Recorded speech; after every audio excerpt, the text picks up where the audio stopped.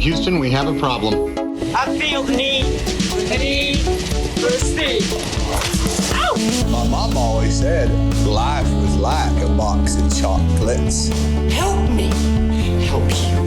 You are a toy! My team is dead! There's no crying in baseball!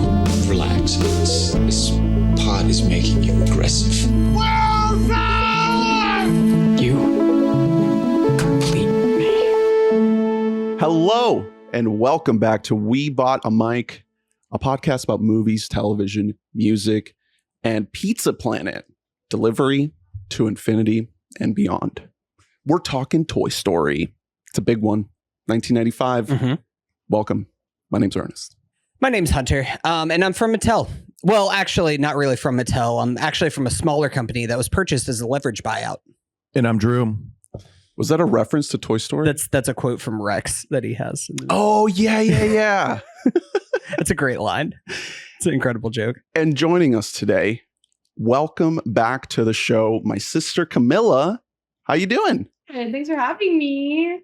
I don't have a fun line, but I am here to fill the Pride Month slot in your lineup of guests. So I'm happy to be here and create some diversity. We decided that which Toy Story character is LGBT is going to be an entire segment of the podcast.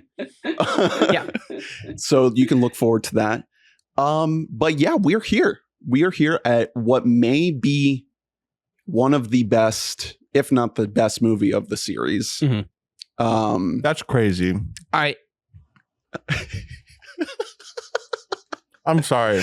Drew in 2024 is in on Toy Story is bad. Yeah, that's kind of the take that you're trying to have. I will say we do need to change up our takes. I will say up here we've talked about Toy Story a lot. Yeah. Ooh. I will say up at the top here, this is probably the movie that I've seen the most in my entire life. I've seen this movie, like, it's not an exaggeration when I say like hundreds and hundreds of times I have watched this movie and Toy Story 2 as well. But like, these are very important to me. That being said, from a completely unbiased view, this is in the pantheon of like one of the most important movies in film history, not just for animated movies, not for anything else. When we'll get into it, but the people who worked on this movie, the script is about as good of a screenplay as you could ever write, as some of the best character and voice acting that you will ever hear. And it's pretty good. You actually have a tome of sorts prepared for this episode. I edited them down before coming here because at first I looked at it and I was like, I can't be the only one monologuing on this episode of the podcast. But it could be a way to make sure we hit all the main points. But it's also like, how do you? You're our Mecca. Yes, that's what I'm here exactly. How do you talk about a movie like Toy Story? It is one of the big movies at this point. It's turning 30 next year, and it feels like, not just because it's come up. We did a Pixar ranking at the time of Coco's release. We talked about Toy Story 4 back in 2019. Went through all of them back then, and now it's like, okay, are there more things for us to say, not just our own personal opinions, but just like a movie that is so absorbed by culture, by history, I think is a challenge. But I think that having you on, Kami, is interesting because I was kind of surprised that you picked this movie from the options because well, I just feel like, I don't know. Maybe you can just tell us. Like a big movie in your household growing up? For me, when I was a baby, when I was like, before both of my siblings were born, I was super into Toy Story. But I don't know. Do you remember Toy Story being a major part of our youth together? Oh, I think we all kind of picked our lane. So like Lion King and Toy Story were like inherently Ernest's movies. So it's like a sentimental aspect, but also it's like your movie in the way that like Mulan and like Aladdin are like my movies. And Mauricio had like the weird ones because he really liked like Chitty Chitty Bang Bang and like That's And the hell? and Monty It was such a real one. Monty Python and the Holy Grail. That's yeah, we're like, gangster. you can keep those. Those are bangers. Maybe not Chitty Chitty Bang Bang. Chitty Chitty Bang Bang is great. I also have like a very crisp memory of when we saw Toy Story 4 together. Or Yes. Toy Story, Toy Story 4. Which is a fucking banger. Yeah. Mhm. I revisited these aforementioned episodes. Might Not be in the greatest film franchise that ever existed. not bangers. the entirety of the podcast, but like just to get refreshed on what we said. And that movie we all loved, especially you, Drew. You were very high on Toy it. Story 4 is phenomenal. Yeah. And I actually took a couple notes from our 2017 Pixar rankings. So I think that's fascinating. You're really doing the work Going here. all the way back to like the beginning of the podcast 7 years ago when we were like, yeah, let's do a Pixar ranking. Things have changed a good bit. Not a good bit, but enough for it to be, worth mentioning all these years later. Yeah, like where are we putting Luca? Do you have those rankings? Not the full rankings. Okay. I'm curious but I to just go back noted and figure out what mine was. I just noted like a couple, like 2 standout points from each of us. But yeah, just to hear from Ernest did more prep for me than I did for me. right, exactly. No, yeah, we know though. Jesus Christ. That's awesome. I love you, man. I wanted to hear a little bit more from you, Kami, because I feel like you're not the biggest Tom Cruise person. So was this a Hanks pick, or was this more just like this is a classic? Well, or this is an animated classic. You know, if Cruise was in this movie, we wouldn't have to guess which character's gay. But go off. I think I'm trying to remember the list. I think I genuinely picked it because it might have been the only one I'd seen because I'm a Gotcha. horrible movie watcher. So I really picked it. Also, I am a Disney girly like Hunter. So Okay.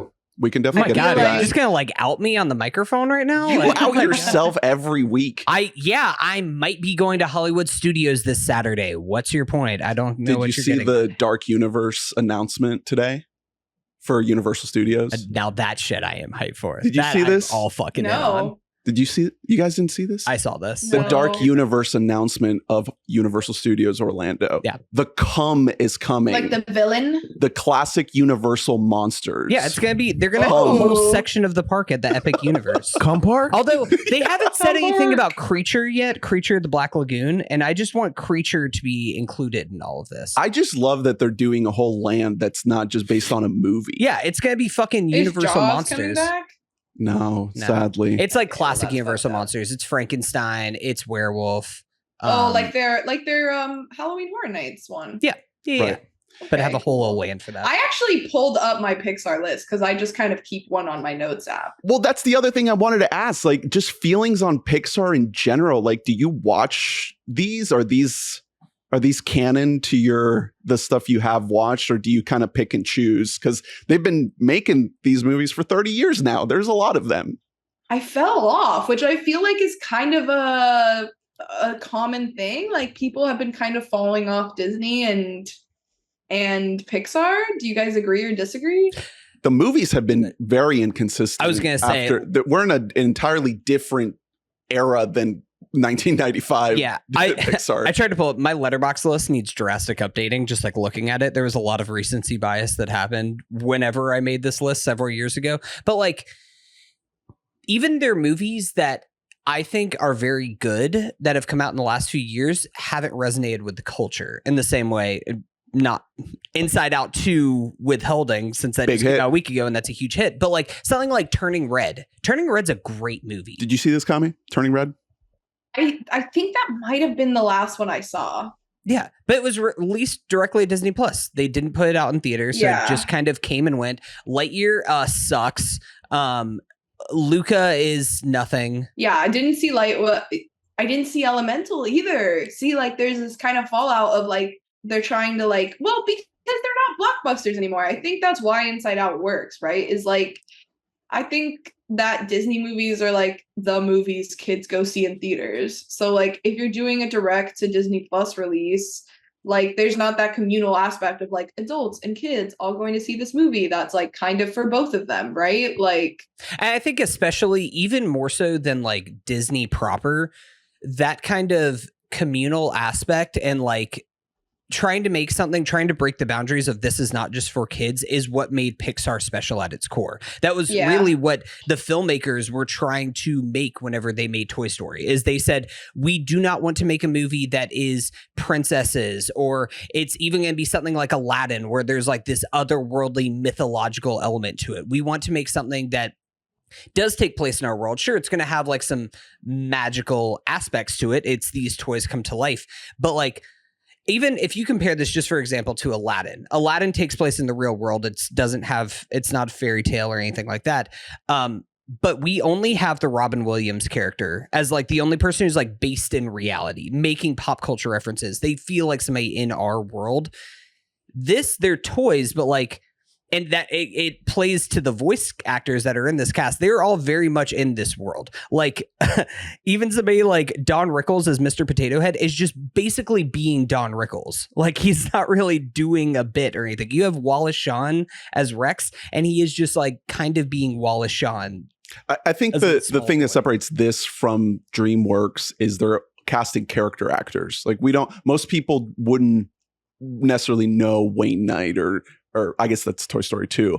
But, you know, you're like, oh, yeah, that's Newman from Seinfeld, you know, or that's, you know, whatever role, you know, from Don Rickles. Yeah, that's Jim Varney as Slinky Dog. Right. It's not a movie. So it's not Eddie Murphy as Donkey. Right.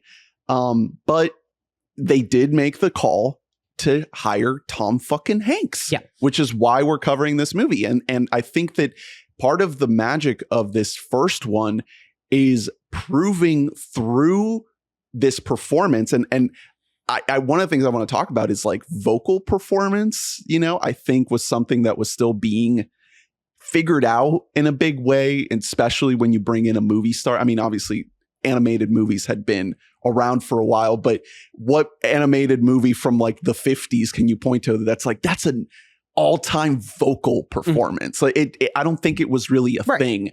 But in comes Hanks. If it is, it's something like where it's iconic to a character. Like you're like, oh, I love Ariel's voice in Little Mermaid. But like if you just ask somebody on the street, like who is the voice of Ariel? Singing is a big part of that. Exactly. There's no music that's happening in here aside from Randy Newman, which we'll talk about. But like that, where it is a major actor, but it's him doing a thing. I think a lot of it helps the fact that like what we're hearing in Hanks, despite the fact this is released in 1995, this is not 1995 Hanks. He started recording this voice audio in 1991. Wow. This is right off of not Field of Dreams. Sleepless. What was? Well, he was working on like he had Forrest made Turner Gump. and Hooch. It was before he made Forrest Gump. It was before he made Philadelphia. Even like he started recording the voice work in this a long years before this came out, because at the time this was brand new technology, and this film pretty much took 4 full years to write, generate with the characters, do the voice acting and everything else. And for that, like everything had to be locked tight with the script and with the performance before they even started fully doing the animating, because then they had to animate based around the voices that they captured. Yeah. Apparently this movie, they were very worried while working on it that it was not going to work out. They really had a hard time with this. They invented a lot of technology. There's way more important or qualified people out there that can talk in detail about like the tech involved with this movie. But it was a major deal for Pixar to put out a feature length animated film in 1995. And the technology that came from this movie rippled across, like outside of just the animated movies. There would be no Avatar 100% without Toy Story. It's the first fully CGI film ever made, and because of that, the Academy Award gave out an honorary Oscar on that year's ceremony honoring Toy Story for its technical achievement. For historical significance, the Academy has only given out like 6 or 7 of these in the entire history of the 96 years that it has existed, and it has not given one out since 1995. So that is how much of a breakthrough that was. Like in the moment, everybody was like, "Oh my god, they just changed Hollywood and movie making." Do you think forever. Christopher Nolan is like shaking, like he's mad about that? He's like, "Where's my honorary Oscar?" I didn't actually make a bomb go off. So He got like Submarine. 7. I think he got like 7 Oscars. An honorary It's Oscar. fine. He got an actual Oscar. Well, this is also a time when the Academy did not give out a Best Animated Feature award. This movie was nominated for Best Screenplay in 1995, which is baffling that like an It's a great animated screenplay. movie was nominated for Best Screenplay. I think like that is one of the most deserved Oscars I could get. It's like a perfect screenplay. And if you like go back, that they use this screenplay as an example in film school for a reason, for like, this is how you like set up a plot device early on in the movie and then you pay it off. And even if it's playing off as a joke, it can serve as a plot mechanic. later on in Magnifying the film. glass. Yeah, exactly. Couple data points to kind of back up a little bit. Released November 22nd, 1995. So what is that? Thanksgiving release, which Disney likes to do. Directed by John Lasseter, who has since Classic been cool guy. ousted by Pixar and started his own studio. I think they're partnering with Apple. Oh, I thought you meant he was like outed, like something bad happened. Something bad did happen. Yeah, he was known in 2018, I want to say. He was kicked out of Pixar basically because turns out that on the sets he liked to get handsy, get a bit handsy something with like that. a lot of the females, Yeah. and a lot of sexual coercion was happening. Comments were made. He was making Bo Peep very uncomfortable. Yeah, I was about to be like, that makes Bo Peep feel horrible to me. Yeah. Like, So here, fun fact, skipping ahead to Bo Toy Peep is a Story victim. 2, Al from Al's Toy Barn is a caricature of John Lasseter. Good. Like they have said that No. now, I love it's that, like that they like, and especially this whole need of just like, I want to like keep my dolls in the box and everything else is like them trying to basically make a caricature of John Lasseter. And they're like, haha, no, it's not about you, John. But then like years later, everybody's like, yeah, no, that was definitely about John. He was kind of a creep. It was bad enough. It was bad enough that Disney hired like basically they had like assistants that were like to keep John in check on the set. So not great. Why? Not great. No one's ever good in this industry. Like that's all I I've know. learned Especially in my like the life. director of No the one movie, wins. the main guy. Great. I did want to say, since we have already mentioned Toy Story 2, I want to save space for Toy Story 2 throughout the duration of this podcast. I also watched Toy Story 2 actually today. Yeah. It came out during the time period that we are covering in this series. I decided to knock it off the schedule because tough calls had to be made. But yeah, I think it's because Toy Story 2 is famously for girls. Is it? I mean, because of Jesse? Why? Because of Ken? Ken is in 3. I don't know. I'm interrogating Ernest because I think he's being. I think Ernest is being sexist. I'm not going to say that Toy Story 2 is a better movie than the first one, but I think that there's an argument that Toy Story 2 has better character work than the first movie because you get more time with the characters. Yeah. There are more characters though. You get to spend time with Ham and with Slinky Dog and with Mr. Potato. I keep saying this series. I haven't actually said the series. Oh my God. It's called Tom v. Tom, A Tale of Two Toms, Cruisemas with the Hanks. Woo! Covering the films of Mr. Tom Hanks. Is this the latest that we've gotten in the episode? We'll be right back. I don't even want to be around anymore. I didn't read shit. You know, I'm gonna download you a Dr. Phil going, we'll be right back. And then also sometimes he goes up, we'll keep it right here. I kind of want to grab some stuff from this movie. Like, there's a snake in my boot. Yeah. Mm-hmm. That's a good little one. Someone poisoned the water hole. That Disney would fucking do that. Yeah. They would shut us down. Or we have to like sell our souls to Disney and then they pay us money for being like, Disney, you know what's great is everything that the mouse touches. So we have rightfully so given a lot of flowers to Hanks for what he brings with Woody. Tim Allen is giving us one of the well done. Nailed it. That's the first time that we've used that soundboard correctly. There was like a 5% chance that I was gonna miss. That's low. Here's the thing: is Buzz this the one best? of the best voice acting performances like ever? Is this the best performance of his entire career? Because I think that the answer, I think that it's this or maybe the Santa Claus or Home Improvement? Grow Up. Well, Home Improvement honestly slaps. Like, yeah, but he is very good in that. He makes that show watchable. That show kind of sucks without him. Show might suck anyways.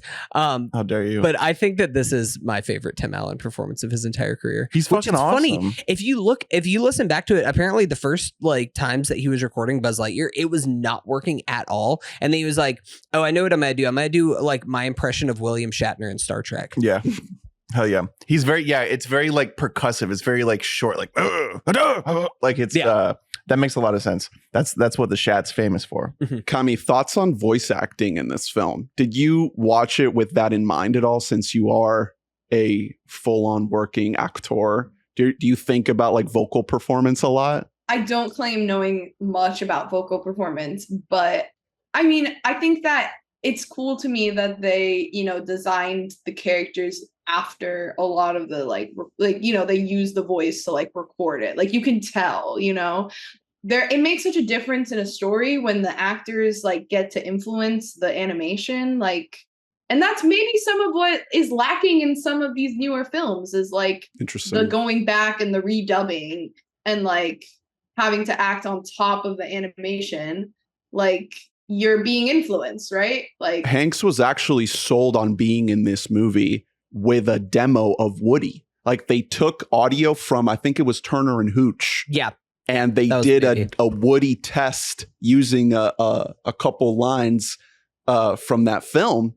And he was like, all right, I think I see the vision. I'm going to do it. Because he was very anti doing voice acting. Oh, he had been asked about.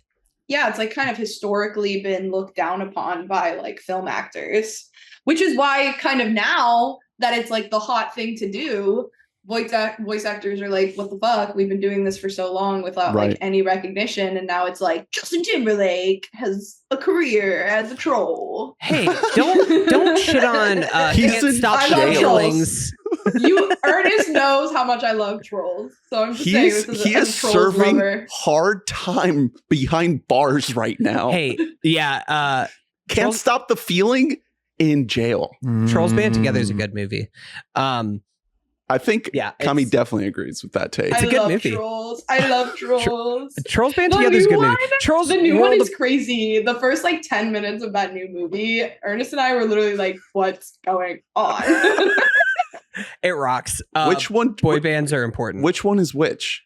Trolls Band Together is the newest one. That's the one you said is not as good. No, that one's good. No, the second one was bad. That's the one that's about like poptimism. Trolls World Tour is the one that's like the one that got me. Yeah, that one kind of sucks.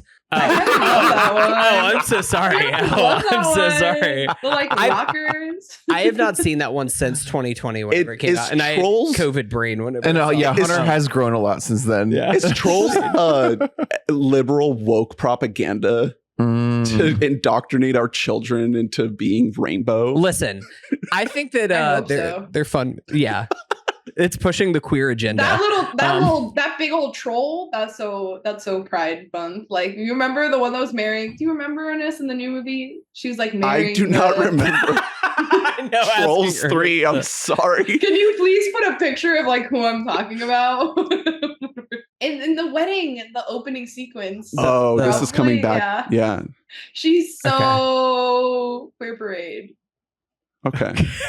This has been Trolls. So you asked, Ernest is the one who asked a follow-up question about Trolls. This is your fault. You set this up. Can I tell you one of the things that I think's transitioning back to Toy Story in like the sloppiest way possible?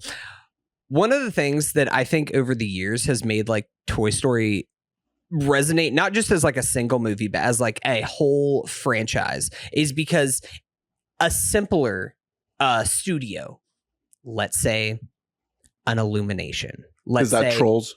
Yeah. No. They're Is it DreamWorks? They're DreamWorks. DreamWorks is so guilty of like so many wrong decisions in animation. Yes. So I think that, and they've also made some bangers. Like How to Train Your Dragon movies are Shrek. incredible. Shrek's obviously classic. Shrink. Shrek 1 and 2. Is this I don't know is so this much the about 3 and 4, take but that Shrek is better than Toy Story? I can see it in your eyes. that's what you're trying to say. You want to. You're holding back. I think Shrek 1 is better than Toy Story 1. I think. I disagree. I also think Shrek 2 is the best Shrek movie, though. I think both sequels are better than the original. Oh, so you're Toy Story 2 over Toy Story 1. Oh, 100%. Okay. Oh. Okay. I'm interested whenever we get to, because I want to have that conversation because of the sequels now they compare. But I do think, and especially the sequels of this, of the Toy Story movies play into this idea even more. But like, what's Lasseter and Andrew Stanton and Joss Whedon, everybody who worked on this film understood is that like, it's not just interesting the ideas that toys come to life. What's interesting is the concept that toys feel anxiety if they aren't being played with. Yeah, if they're abandoned. Right. They have like dependency issues. Well, toys are like humans in that way that like it's about identity and it's about trying to find a purpose in the world. And like if you don't have your purpose, if you aren't being played with, then like you are trash, you are garbage, you are nothing. And like that is something that's something that like I've come back to more and more of, just especially like Toy Story 2, the Jessie character specifically is just like she like has like a full-blown panic attack. Jessie needs to fucking get over it. Oh my God, Ernest, you cannot say that. You can't say that. That flashback takes place in like 1965. Somebody, it's been 30 years, Jessie. I think that is the thing though, that like the movies keep kind of coming back to, and then just like how do you get over that? It's like a lot of it has to do also with like it's a little bit of parenthood in that, of like you moving on whenever your child moves on, they're not under the wing. A lot of it has like you trying to find your place in this world. If you're looking at Toy Story 2, for example, a lot of that movie is about like, do you keep everything pristine and in the box, or do you take your toys out and play with them? Which one of the like iceberg kind of metaphors of that movie is that it's about the animators and the storytellers being like, should we hang out with our own children, or should we try and make mass entertainment for entertainment? Should we abandon our families? Yeah, basically. How do you find the balance between those two things? It's a great movie, guys. So a couple other data points here. Third highest grossing movie of 1995 behind Batman Returns and Apollo 13, which we covered in this series. Apollo 13 came out, 5 months before this? It was a summer release. 4 or 5 months? Apollo 13, I think, was summer. Yeah, I know it was a summertime release, so only just a few months before this, coming in right on the heels of that. So Hanks beat Hanks. Yeah. I mean, this is part of the reason why we're doing this series is because we're getting to this time where the boys are just owning it. It's funny because we're going to have the same thing with Cruise next year in 96 between Mission Impossible and Jerry Maguire. But like 95 is Hank's version of that, where he has made Apollo 13. He is coming off of back-to-back Oscars. He's now made one of the biggest blockbusters of the year. And then he's like, I'm going to do animated films, something that like nobody has done with any success. And then he does this, and he follows this up with directing his own movie. And we'll get to that in time. Yeah, I'm excited for this. that one. This might be like his cultural apex is right here in 1995. Also in the top 5 for 1995, Pocahontas. The one that Disney actually thought was going to be Toy Story beats it. $1 billion earner. Doesn't beat it at the Oscars, though. Loses Best Original Song.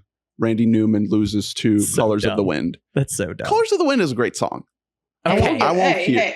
Is it better than fucking You've Got a Friend? You've Got a Friend of Me might be like one of the most iconic songs in any movie ever. Like of all time. Do you have strong feelings on like on Disney songs, Kami?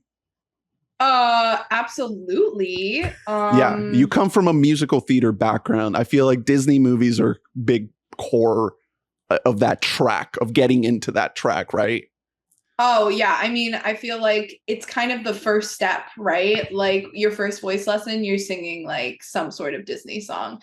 I mean, honestly, to me, the best Disney songs are probably I mean, old Disney or new Disney? Because this is also like Renaissance Disney. So like you're dealing with like, you can't compare them as a whole thing. I think it's unfair to like whatever era you're taking out. Like Little Mermaid, you can't compare to like, you know, like Moana or something. Bambi to Tangled. It's different eras. You know, like you just they're all special in their own right. I found a Billboard.com article ranking all the best Disney songs. Oh no. Wait, Disney and Pixar? Or just Disney? Yeah, You've Got a Friend in Me is on this list. That's why because Tarzan kind of slaps. Like, are we comparing like people singing in a movie? Phil Collins popped off. Right, like people singing in a movie to like soundtrack, kind of different. That's a really good distinction because those are two completely different things. Does your song feature a banger, or is it them singing shallow at each other in the movie? Like that's very different. I wish they would put that in a Disney movie. Yeah. I wish there was a Gary Newman toy. God. I think for the purposes of an interesting list on Billboard.com, which, you know, you got to throw them a bone.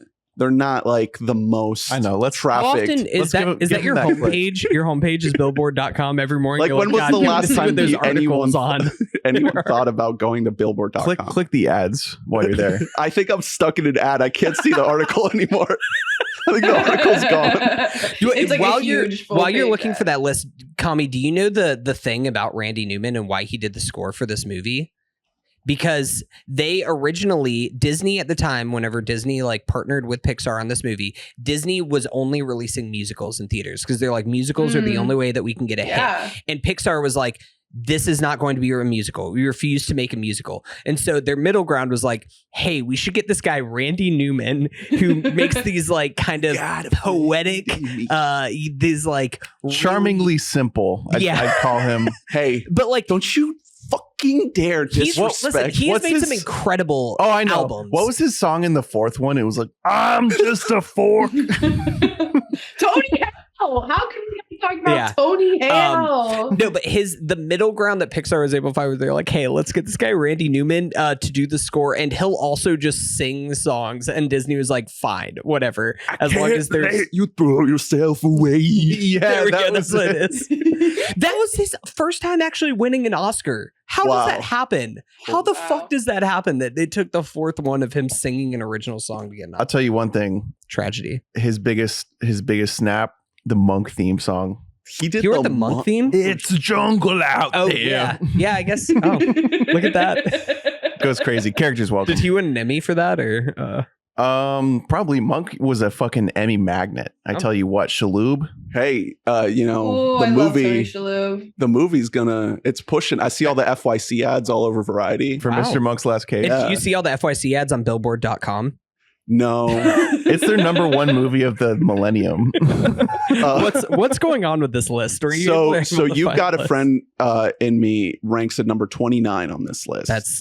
That is like criminally low.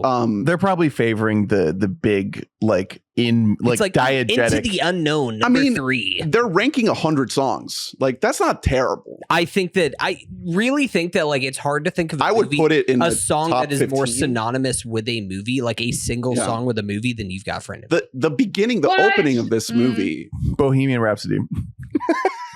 Jesus Christ. With what? Like I Want to Ride My Bohemian Bicycle. Rhapsody. Oh. Yeah, with bicycle. Yeah. The opening of this movie with that song is a forever classic movie moment. It's so good. It's perfect. It's so good. Yeah, playing with the montage of the playing with the toys and everything else, having the old town stuff, and it's just like, Andy, time to come down, and then cue the song, cue them like swinging past in the air, and then the title card coming up. I can see the cloud wallpaper every time I hear that riff. One of my like, I guess like cousins-in-law or something like that recently had a kid a couple years ago, and they set up the entire nursery as the cloud wallpaper, and I just thought to myself, like, I'm stealing that. I'm 100% doing. No, you're gonna paint every fucking. I'm painting every cloud by hand. Yeah. I really appreciate Toy Story for being like a nice gender-neutral baby theming. You know, like you can't lean one way or another. So any baby can do that. It keeps things like in It's the between gray. that or Sid's bedroom, which I wrote Oh down my God. an in-depth description Sid. of everything that you can see in Sid's bedroom, because like that shit is like a Nine Inch Nails music video. Let's go into it's it. incredible. Pull it up. Oh God, let me skip down here Yeah, a little bit. Sid is like late into the movie. So Sid, so if you're deciding, young parents at home, if you have a baby on the way and you're deciding, you have two options. You can Little go with nice clouds, maybe cowboy, maybe spaceman. The other option is full industrial. Sid's bedroom. We have a few blacklight posters that feature such sayings as Wrath Rock Monster and Megadork, which is like a thrasher guy with spiky teeth. Megadork is great. Megadork is honestly, I kind of want to get a Megadork poster. A target practice photo with like a gun, like he's been shooting a gun at this thing. He's got like a dozen locks on his door. An I Heart Explosive bumper sticker that's above his bed, which That's by the a way, good one. his bed, here's what you can expect to see on his bed: barbed wire on the headboard, Right. a bare mattress with no sheets. Wow. Do we need to call CPS? Also, That's a Yeah, whole like, other who's thing. allowing this to This is a happen? whole other thing, because he also just orders explosive bottle rockets to his house. I have a lot of questions about his dad. His dad might be a bum. At one point, you well, see him there. we hear mom. Well, you don't ever actually hear or see a parent. He No, you calls to do. them. You hear a female motherly voice, which may be a babysitter, but Yeah. she says the Pop-Tarts are ready, and he runs Oh, that's to right. get the Pop-Tarts. Also, you can see he has braces. But like in So the they scene, care about his hygiene health. Yeah, but here's the thing. They do, in the scene where Buzz discovers that he's a toy, you do see an adult figure passed out in a recliner at like noon, and there's a bunch of cans surrounding them. So the implication I is like missed that. they just Someone have like loves soda a little too much. they just have like a drunk bum parent. There's also like paint chipping on the walls and everything else compared Yeah, to it's like fucking Andy's Pop-Tarts house. for dinner. Yeah. Yeah. It was like an afternoon snack. Listen, I'm just saying maybe Sid is also a victim of trauma, and you know what? Hurt people hurt people. Right. That's all that I'm saying. So like maybe Sid is actually the No, true victim. Sid the did true nothing hero of the wrong. story. They're toys. Mhm. He didn't hurt anybody. Did you torture your toys as a child, Ernest? You know, I think we Oh my God. decimated your Barbies, Kami. I think Yeah, we we like- got some toys up. Yeah. But you helped. Oh yeah. I was not torturing your toy Did playing you ever perform experience. Operation and take the heads off? Nah, yeah, you were like, I'm gonna take your toys. Yeah, we shaved their heads Yes. for sure. We like cut off all their hair. We 'Cause did again- Furios. We wanted Kate McKinnon. So Right, weird we- Right. I was like, I'm on the hunt for lesbian weird Barbie. My hot take about Sid is like he's gonna be hot in like 10 years. Like he's gonna be like Absolutely. he's like Gen Z bait. Sid's If Daddy. he doesn't, Yeah. if Sid doesn't end up in prison and he just becomes like, maybe he leads like a hardcore band or something. Like, Oh, Here's the yeah. thing. Can you imagine the trauma that you would experience if you just saw toys come to life and speak it to you? changes though? you forever. He's gonna That grow up kid's to not going to therapy based on his home life. He's gonna grow. Imply. He's gonna And grow up to infer. be Will Poulter, Ew. Yeah. Yeah. That- he's that's Will who he'll be. Poulter. He'll be And we're the Millers. eyebrow kid. I do think he Oh. could be kind of daddy. He could also be in prison, have like 3 kids that he's paying child support to. No, you know what he did? He went to fucking culinary school in Copenhagen and he's the guy in the bear. That's Sid. He turned it around. Whoa. Oh, good He for did him. So the bear Will is Poulter. in the Pixar cinematic universe. Yeah. Or he somewhere shot on up the a school, timeline. one of the two, and we can't know which one. You know, that Right? reminds You me. know, it is funny. Like Sid and Andy are like, I mean, Sid's a little bit older, but Sid definitely didn't get invited to fucking Andy's birthday party. Oof. And he's the And I think, neighbor. and here's the thing: if I was the Andy's mom, is Yeah. not having anything to do with Sid. Lori Metcalf, there is no way that Lori Metcalf is inviting. Is it her- Lori? Is it's it Lor- Tony Lori- Award winner? Yeah, it is Lori Oscar-nominated Met- actress Lori Metcalf that plays that plays Andy's. I wonder mom. if she had more Broadway's lines. than Andy. 100%. No. In like the original version of the movie, because she's not in it. I don't think so. Well, Lori Metcalf in 1995 wasn't like Yeah, this. she's Sorry, she was in just a- like a character It's like Tom actress. Hanks. Tom Hanks was 39 in 1995. Did I do that math right? Yeah, I guess right, yeah. the point you made of the timing of when he decided to be in this movie, it's pre-double Oscar, Mhm. so it kind of tracks with that. Yeah. So like the star of the movie was basically Tim Allen. Yeah. Yeah, Hey, it man, was Tim Allen. John They Rickles. cast Tim Allen coming right off of Home Improvement. Although it's funny, like we can get to it now about like the casting process of this movie. So originally, in the very, very early timeline of this, they wanted to have Jim Carrey as Buzz and Paul Newman as Woody to represent like new Hollywood taking over old Hollywood. Yeah. Don't like that. I don't like the age gap. I think that got axed pretty early on, and then right after that, they were like Hanks was kind of always the main. Like whenever they started really taking it seriously, it was always Hanks for Woody, but there was a whole bunch of people for Buzz, including originally Billy Crystal, which Billy Crystal got full on offered the role, and as soon as he saw like the first demo of it, he said that passing on Buzz was the greatest regret of his entire film career. Damn. Which I mean, they made it for it. He's Mike Wazowski, and honestly, he's kind of better as Mike Wazowski than I think he would be as. He makes more sense as Woody. But that I think Hanks sort of brought a lot of that to the character, because if they were planning on going with Paul Newman, that would have been a much more stiff performance. Not because Paul Newman isn't versatile, but because he's fucking an old.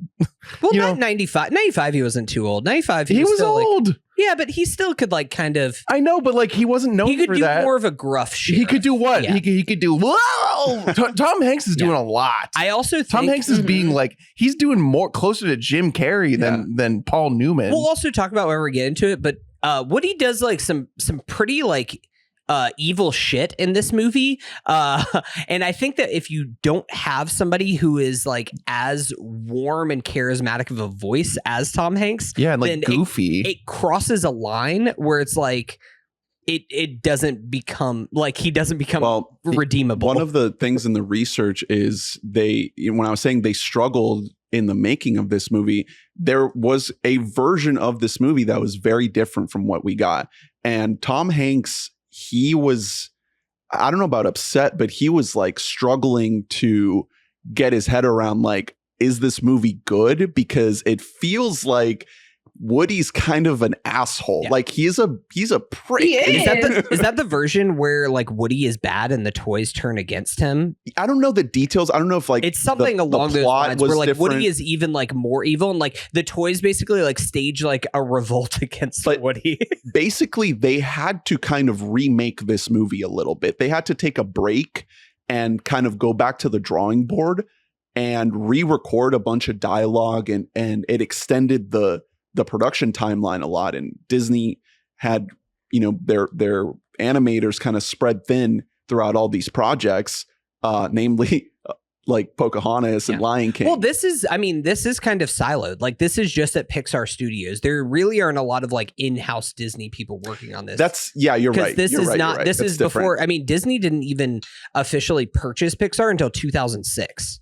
Oh wow! Pixar completely They're was just acting distributing and they were distributing and producing the movies, but they weren't actually making them. Real quick, I just need to go back to this Billboard article just to tell everyone the two songs that are sandwiching "You've Got a Friend in Me" on this list. I said it was at number 29. Number 30 is "What Dreams Are Made Of" from the Lizzie McGuire movie. Yeah, that's wow. And that's good, but that next to "You've Got a Friend in Me" is kind of insane. It's a great song. What's though. above it though? And then at number 28, it's the "That's So Raven" theme song. What? From "That's So Raven." Okay, so we're doing theme songs. I don't. That's not you. Those are two different mediums. What is number one? What is number one on this? Number one, Monk. Who wants to guess? Everyone guess. It's gonna be like fucking Let It like "Can You Feel the Love Tonight" or some like stupid ballad. A Whole New World. Ding, ding, ding. Drew got it. Part of Your World. That's a different song. Wait, hold on. Part of Your World and A Whole New Oh wait, World. I thought you meant part. What did you mean? You meant Aladdin. You said a whole. Yeah, you said A I Whole can New show World. you. No. I Part totally of Your forgot. World from Little Mermaid. I totally forgot that song existed. You were like, Part of- winner. Part of Your World, good. Still not even the best song in the movie. Wait, Let It- who gets the highest ranking? Yeah, because Let It Go is number 2. Nice, I won. It's a Small World After All, number 3. What? that's Are a you theme park absolutely song. shitting? That's a song that just plays on a ride. That's Be not Our a fucking- Be Our Guest, number 4. Yeah, When that's We you- an aren't even absolute getting the banger. best songs within the movies. This is a terrible. When You Wish Upon a Star, number 5, and then A Whole New World, number 6. There it is. I'll take it. Cute. I don't know. Which one did So- you say? I don't even remember. I said Was it Can You break- Feel the Love Tonight? Was it Breaking Free from High School Musical? I don't Is know. that up Because there? that's number 10, baby. That's That's insane. not even the best High School I'm Musical saying, song. dude, literally all of these are not. I think that the ballads a lot of times are like generally the weaker songs in a lot of these Pixar movies. Like, for example, Kiss the Oh, Girl yeah. is hands down the best song in Little Mermaid, like without a doubt. What about Under the Sea? Under the Sea is a better song than fucking Part of Your World.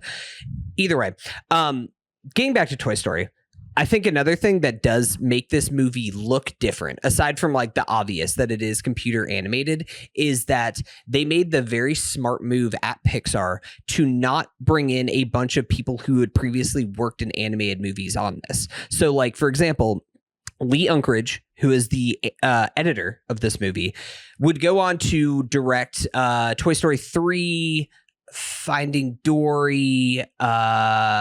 He's made a bunch of like the later like 2010s and on Pixar movies.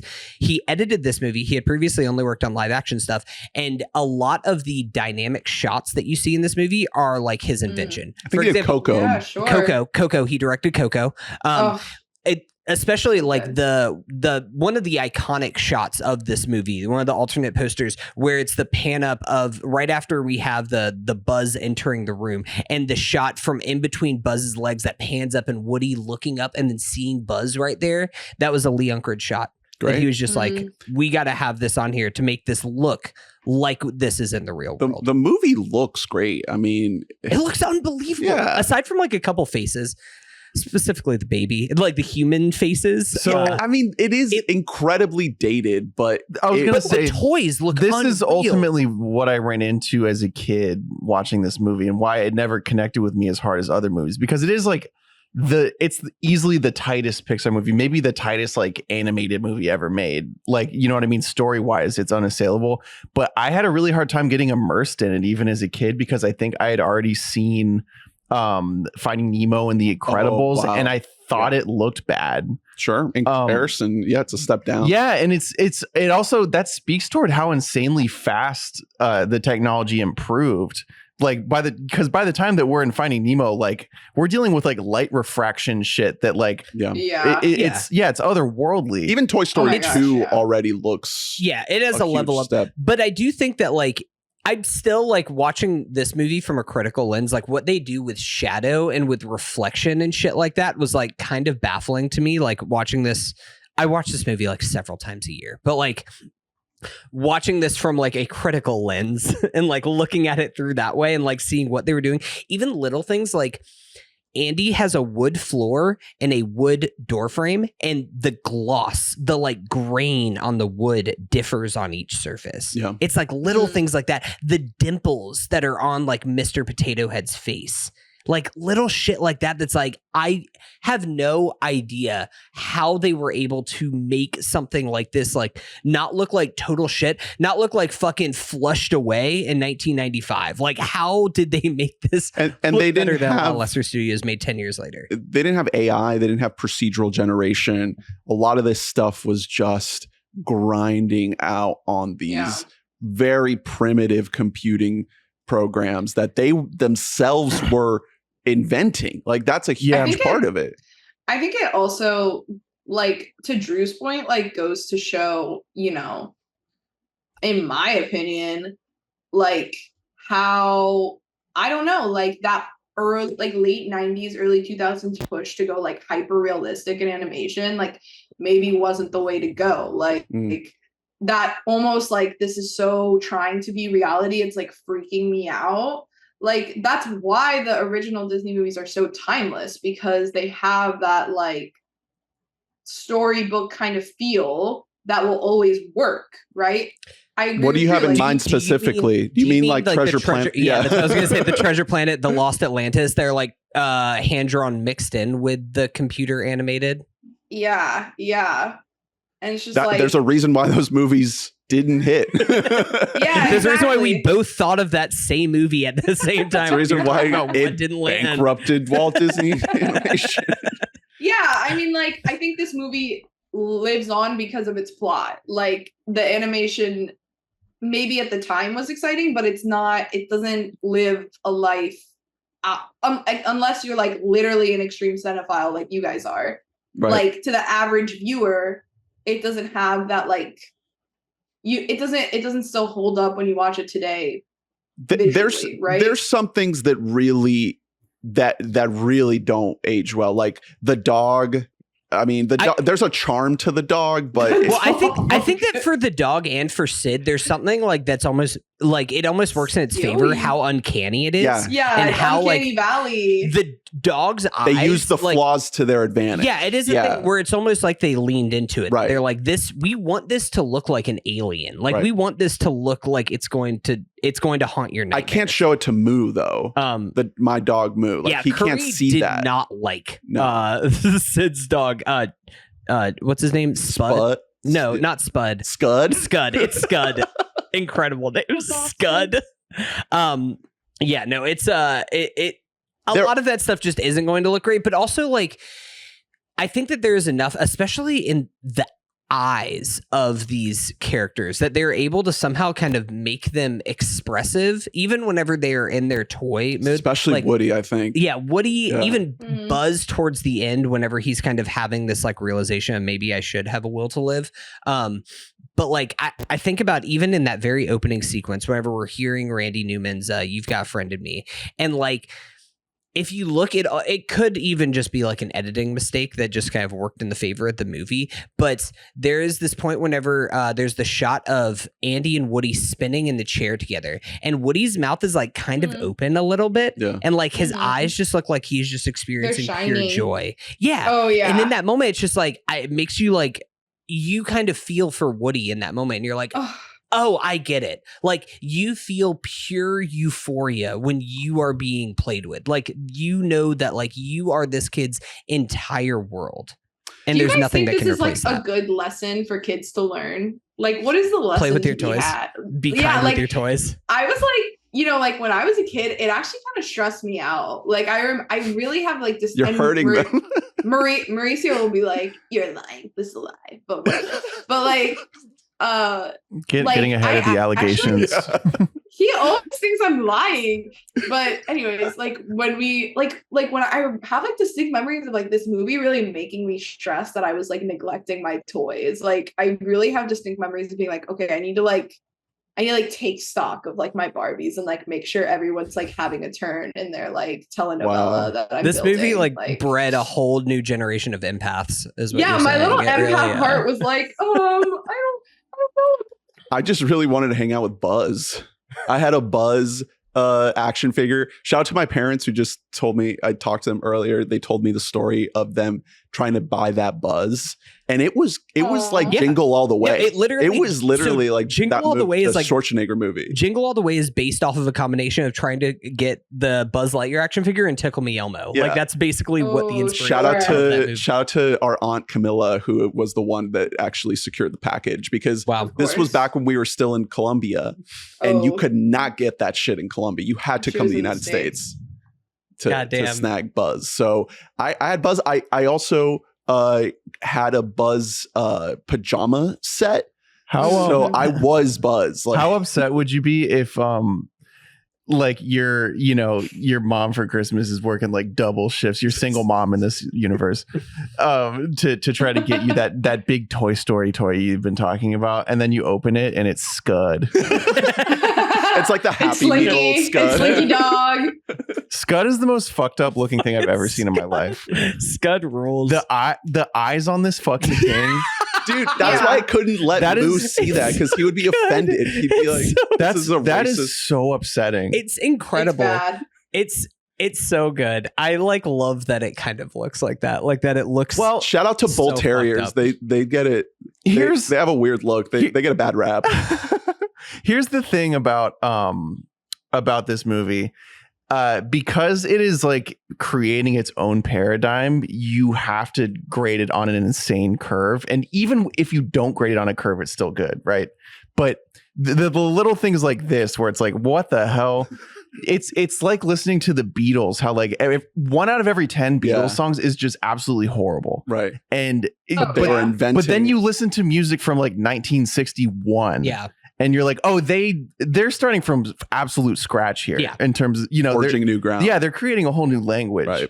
Right. So it's okay that they did fucking whatever. Yeah. I don't want to throw any. Listen, I'm not gonna throw Ringo under the bus. Oh, okay. I thought you were going to throw John Lasseter under the Wait, bus. are you throwing shade at Rolling Stone's the third greatest drummer of all time?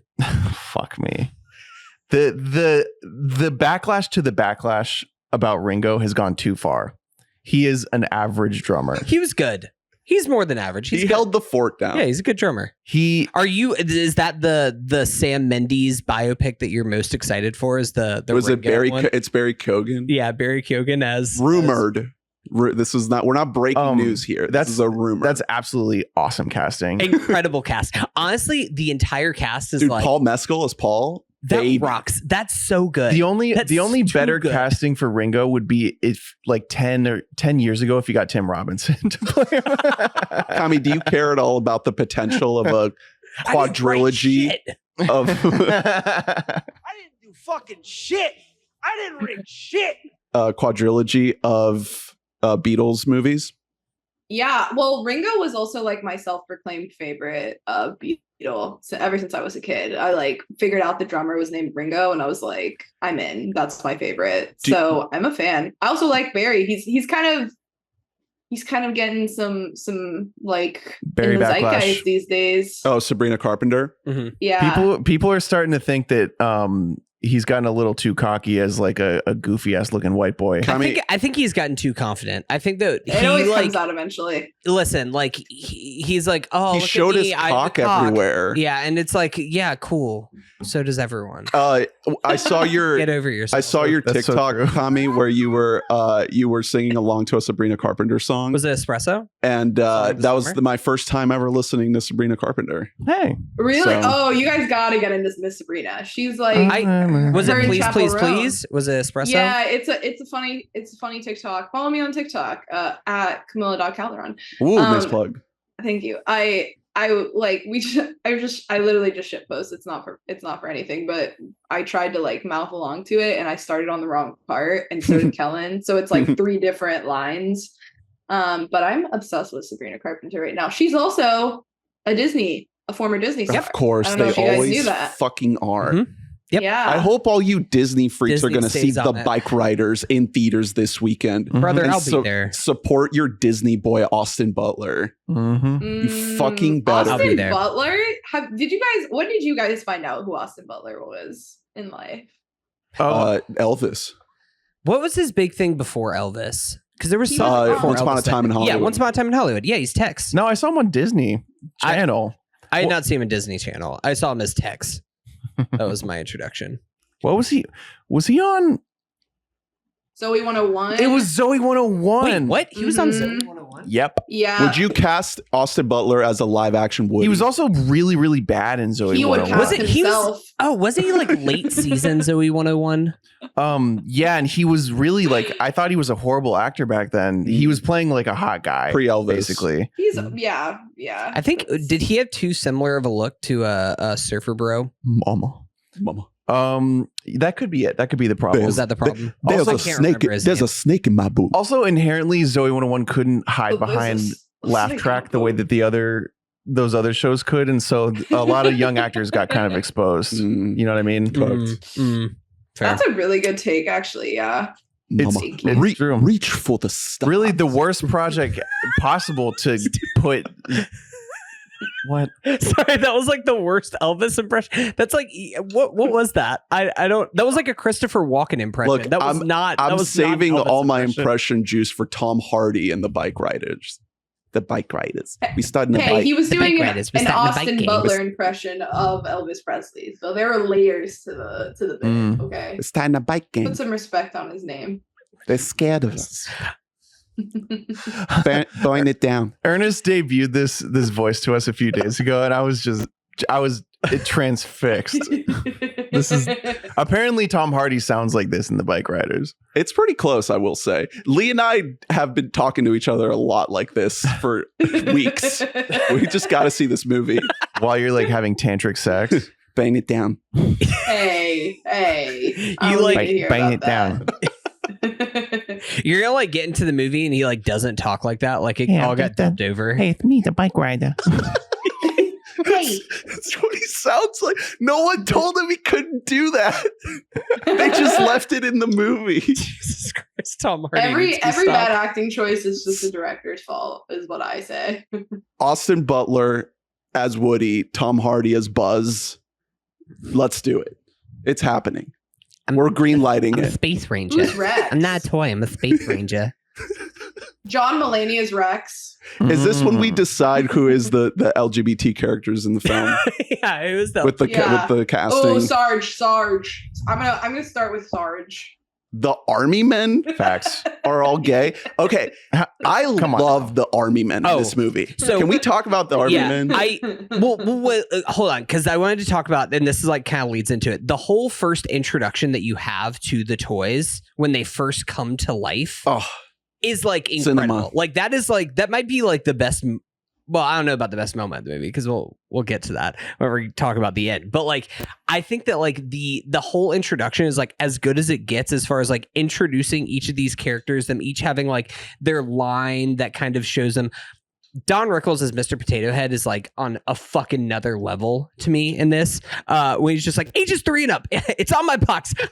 I'm not supposed to be on babysitting princess duty like that. And then you have Wallace Shawn as Rex just out here, just like when he does the roar, and he's like, I'm going for fearsome here, but I feel like I'm just coming across as annoying. So is Rex supposed to be like a child? Like what's going on there? I think that he just was like, he's He's their supposed to special be big. boy. Yeah. He just didn't get. It's all behind. Yeah. He's like Banu on Survivor. God, why have you forsaken me? Yeah, he's just Did I not have a good roar? constantly seeking validation from everyone. Well, but Who, then who wins Survivor from Toy Story? If you put them all on an island.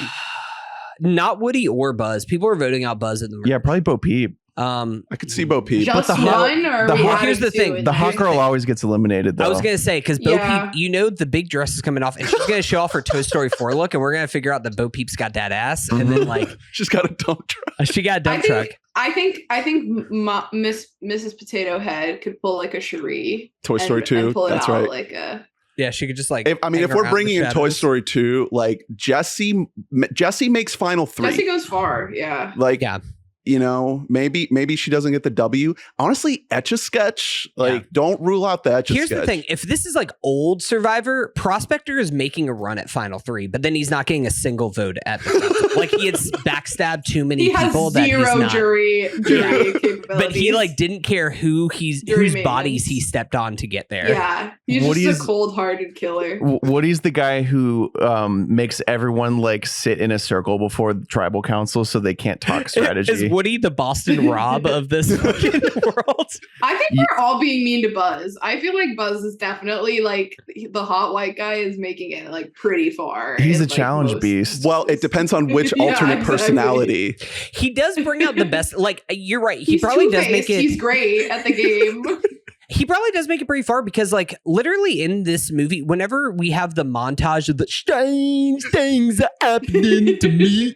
One of the best songs in the entire movie. Whenever we have that montage, everybody's life is getting better with Buzz in the mix. Right.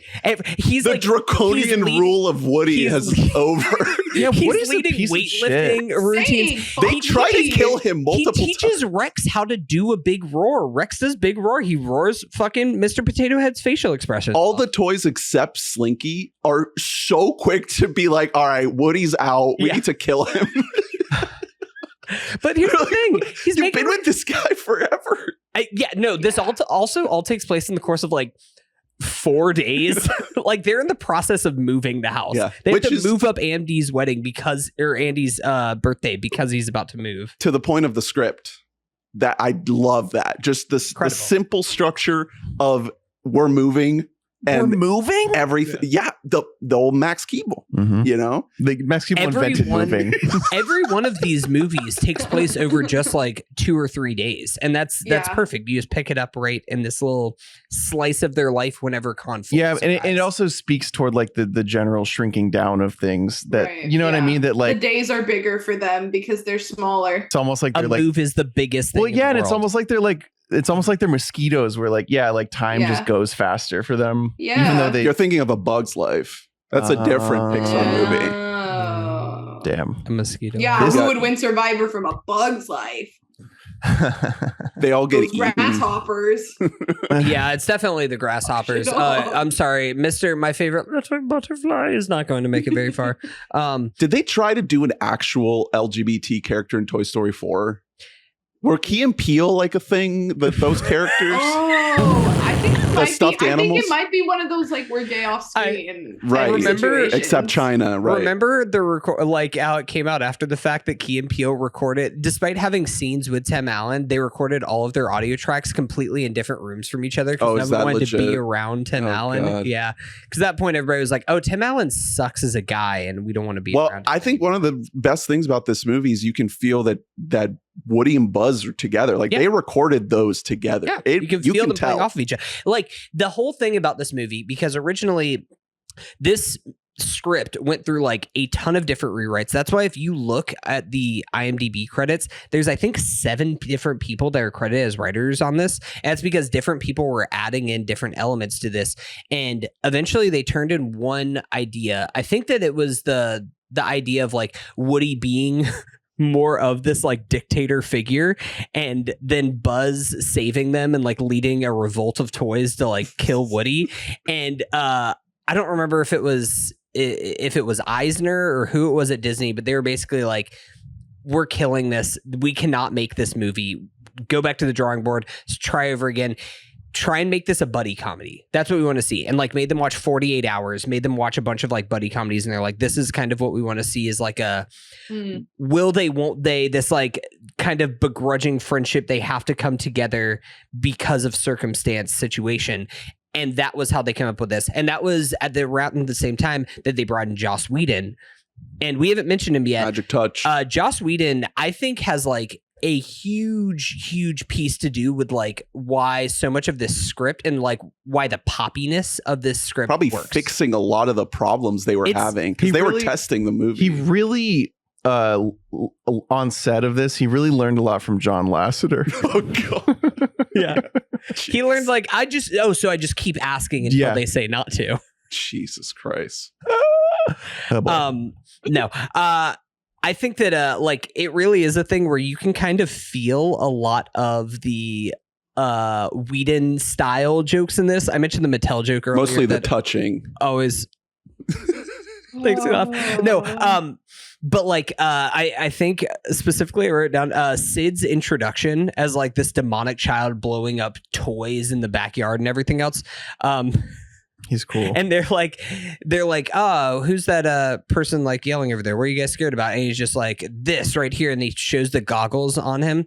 And at first, it's pointed at Scud the dog, and Buzz is like, sure is a hairy fellow. And then they're like, no, not that. That's the dog. Look over here. That's Sid. And they're like, what? That happy child? So he's like maniacally laughing and blowing up toys. There's a ton of little moments throughout the script that have that kind of quick wit to them that now Whedon became like synonymous for. And that's the only thing that he's synonymous for. So Mhm. let's go Quick through wit. kind of the 3 main environments that we travel through in this movie. Andy's room, Pizza Planet, and then Sid's. And I guess we can lump in like the finale on the road in there as well. So any other thoughts on like Andy's room in general before we move on to Pizza Planet? It's and a we can vibe. kind of do them in order. There's a couple fun facts. It's like things that you notice on like your 100th watch through of this. There's a really good visual gag because Slinky in this movie is like, he is like Woody's buddy. Like he is like Woody's A1 like defender and everything. And at one point whenever Maybe Slinky, after maybe he wants to be with Woody a after little they're bit. talking about Mr. Speak, the Speak and Spell, leading a plastic corrosion awareness meeting last Tuesday, and like talking about that. They're talking about like, I don't know, like worrying about like moving and stuff like that. And Slinky's like, Woody would always have our best interest. Woody would never let us down. And it cuts to Mr. Potato Head pulling off his mouth and then like kissing his own ass. And then the Speak and Spell just goes ha ha ha. That is a little. behind him. It's a little. Yeah. It's a really great visual gag. That's in here. There are a lot of things in this first half of the movie I think work so well, where you're being introduced to the madness of the children. And then very quickly you're juxtaposed with kind of the adult approach to this toy meeting of the toys, right? So it's like immediately you're kind of hit with a completely different dynamic that these toys operate in that's different from these kids, which, by the way, the old Cartoon Network trick of just showing the legs of the kids so you don't have to animate the top half of their body works great. And there's so many visual things throughout this entire movie, but in this first chunk that are just burned into my memory to bring up the beloved army men again, the image of them carrying that walkie-talkie. That whole sequence is so fucking cool. It's so cool. Good. Another like fun voice acting choice is that that's R. Lee Ermey from Full Metal Jacket, who plays like the lead commander of the army men. They like bring in him to play this lead army guy. Is that whole sequence, that like heist down. I then like whenever seeing that as like a very young child, I in my head like that was happening every single like holiday. Like I didn't want to like look around too much because I was like, oh, I don't want to like spoil that they're there. Like it was this thing of like I don't want to like ruin this.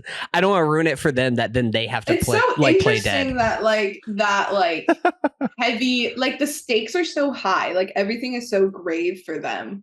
And it like really worked for kids for some reason. Like how fascinating that like the conflict is kind of like serious and complex, like and kind of like the tone of the characters isn't very like haha lighthearted, like in the way that Disney does, like the romance or whatever. Like it is like, kind of life and death for them. And like you definitely see that coming into play in like the second movie with Jesse's backstory. Like it's just getting on the jet. It's so serious. Yeah. And as kids, we like ate it up. It really calls to like how much like emotional depth like kids can really like process, internalize. Right. Yeah. Absolutely. And maybe that speaks to my own anxiety is why I gravitated to Toy Story. Maybe like it's like a chicken and the egg of what caused the other one to be drawn to. That's something I should interrogate another day. But another great moment in the army scene, going back to our boy Don Rickles as Mr. Potato Head, because they like open up and they're like, oh, the first gift is whatever. And they're like, the second gift is bed sheets. Mr. Potato goes, who invited that kid? That's great. Because you all had like that one person bring a gift over at your party and you're like, oh, socks. Fucking thanks. Sweet. Yeah, socks. Exactly. That's like a classic thing. Hey, maybe it was the Buzz Lightyear sheets. It could have been Buzz Lightyear sheets and they just didn't even know it at the time. And then lastly, the original like falling in with style sequence of him like riding the race car like through the track and then up in the air, spinning around and then go back down. Perfect. Just so cool. The whole design of the room, I love it. It's a whole little world. Iconic. I Absolutely. was very scared of the crevice behind the desk that the magic 8-ball fell into. That image of the 8-ball just glowing in the darkness kind of terrified me a little bit. Just also one last thing before we move on. Gotta give a shout out to the shark. He only has one line in this movie. He goes, "Look at me, I'm Woody. Howdy, howdy, howdy." With the hat on, yeah. Got him. Yeah. So then they get to Pizza Planet. Now, at this point in the movie, Buzz. Well, before they get to Pizza Planet, they have like the tussle. Right. Where Buzz gets knocked out the window. Which is we see quote, like the first like Pixar Rube Goldberging happening, where there's like drive RC car into bulletin board that falls down, knocks over globe, which then knocks over this thing, which like then that becomes kind of a synonymous thing with like then that becomes, Monsters Inc. It becomes Toy the Story 2. entire movie robots. Yeah. Robots. It's literally, yeah, where it's just seeing like, oh, what can we have animation now cause? Like all these kind of crazy things. And then we have they actually get to the gas station. And that's when they become Lost Toys. And then we have like the incredible like, The you quote. are a toy. Yep. Yeah. You're That a whole sad, strange exchange. little man. Yeah. It's great. So good. Pizza Planet. What happened to society? What happened to culture? Dude, That why we didn't- lost why places didn't- like this. Why didn't Disney ever make Pizza Planet a thing? Why can't I Why? go to a Pizza Planet At least 15 minutes from my here's house? the thing. We live in the greater Orlando area. Why is there not a Pizza Planet at like Disney Springs right now that I can just go to? Where I can go to like a fucking alien head and get some slime soda to just like Slime soda. it's like fucking neon green. You're definitely like, you should not ingest that, especially if you are a small child. The giant laser gun thing that they have, the whack-a-mole with the aliens. Come on, you can't beat it. Any thoughts on Pizza Planet, Kami? I love the motherfucking aliens, man. I was obsessed with them as a kid, and I still think they're iconic. Are they gay? I mean, Think they just so? minion before minion. Yeah. And They I were- think they that were we the don't original give them the Minion. credit they deserve. Wow. Like, were chosen. The claw. Sid comes in to do some Sid shit and snag himself a Buzz and a Woody back home. And thus begins like my favorite part of the movie. I know like the beginning. Sid's house. The beginning is very iconic, but everything in Sid's house I love so much. I am still to this day oh, the baby shocked head. and surprised that they put all this stuff in this movie. Again, that the like- first movie from Pixar and that was being put out by Disney, who has a certain reputation of what, you know, and Disney has like put scary stuff in their movies. It's not like they shy away from that, but man, these toys, its toys are so Beyond. creepy. Yeah. Honestly, the movie scared me Yeah. as a wee boy. Those I don't know if toys, the it's the Buck unsettling. toys for sure scared me as a kid. every single thing going on in Sid's house I freaked think- me the fuck out. Yeah. I think that I am a person who likes horror now as an adult, and maybe it like primed me for it. But I think that even as a kid, like there's something about Sid that was like scarier than like Jafar or Ursula or something like. Well, Jafar's because- hot. Yeah, so. because Sid Jafar's is like daddy. the weird kid in your class Well, that you like kind of know. Like, yeah. you know what I mean? Like, and also we like all knew a kid who liked to like burn ants. right. You know? Yeah, it's literally that kid. It's a child, and that like Sid doesn't think that he's evil. That's like a whole No. other thing, is that Sid thinks that he's just being like a normal child who just like doesn't have friends. And he- Like I don't think he sees anything wrong with what he's doing. Like he is being a normal child, all things considered. Playing like with toys. yeah, like he could be doing a lot worse. It's Well, again just the It's a path. He's on a I was path. gonna say we'll see about what Soon the he's next gonna be 10 like years are. gluing like squirrel heads onto like lizard bodies. Or Exactly. something. Whenever he gets tired of inanimate out, he's like, no, inanimate toys are coming to life. So I need to start working on real moving. Yeah. things. He's like, I'm gonna make these raccoons fight to the death. what do you guys think of the claim, not to like, fuck over our Tom Hanks, like putting, like memorial or whatever.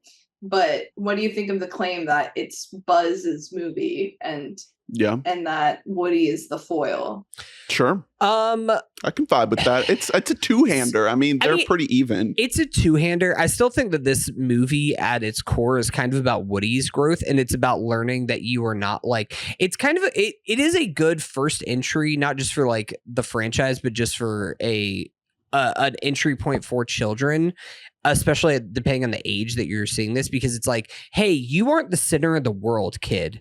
There's actually like other people that are going to be around here, and you might be important to somebody else, but also there might be somebody else who's also important, and you need to like not internalize that or not externalize that and try and kill that force. Like you need to like figure out a way to kind of work through that. It's all. It is boggling my mind to imagine this movie with fucking Paul Newman and Billy Crystal, because the Paul Newman is cool.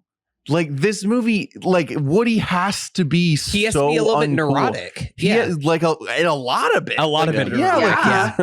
That equation doesn't work out at all. And it, I think it speaks toward Hanks's willingness to sort of like really play it up and like zhuzh up like his whole shtick. It's a perfect marriage of something like League of Their Own, in which he's very much just an abrasive asshole, and Big, in which he's a kid. Yeah. And I think that not a lot of like, sort of up and coming actors would be willing to take the role of like guy who sucks. Yeah. Leading a kids movie. Even if it is just a voice role, like I couldn't see Cruise doing that in the 90s. You know what I mean? Yeah. No way. Yeah, 100%. It's going back to Sid's room. What's your favorite of Sid's mutant fucked up creatures? Do you have a favorite? Is it Babyface? Baby's great. Babyface is they each have their own name. Babyface really made me upset as a boy. They each have their own name. I don't know if Disney ever actually made hooker legs. The hooker legs with the fishing pole. Yeah. Yeah, that was I bet that was your favorite. Christmas Story reference.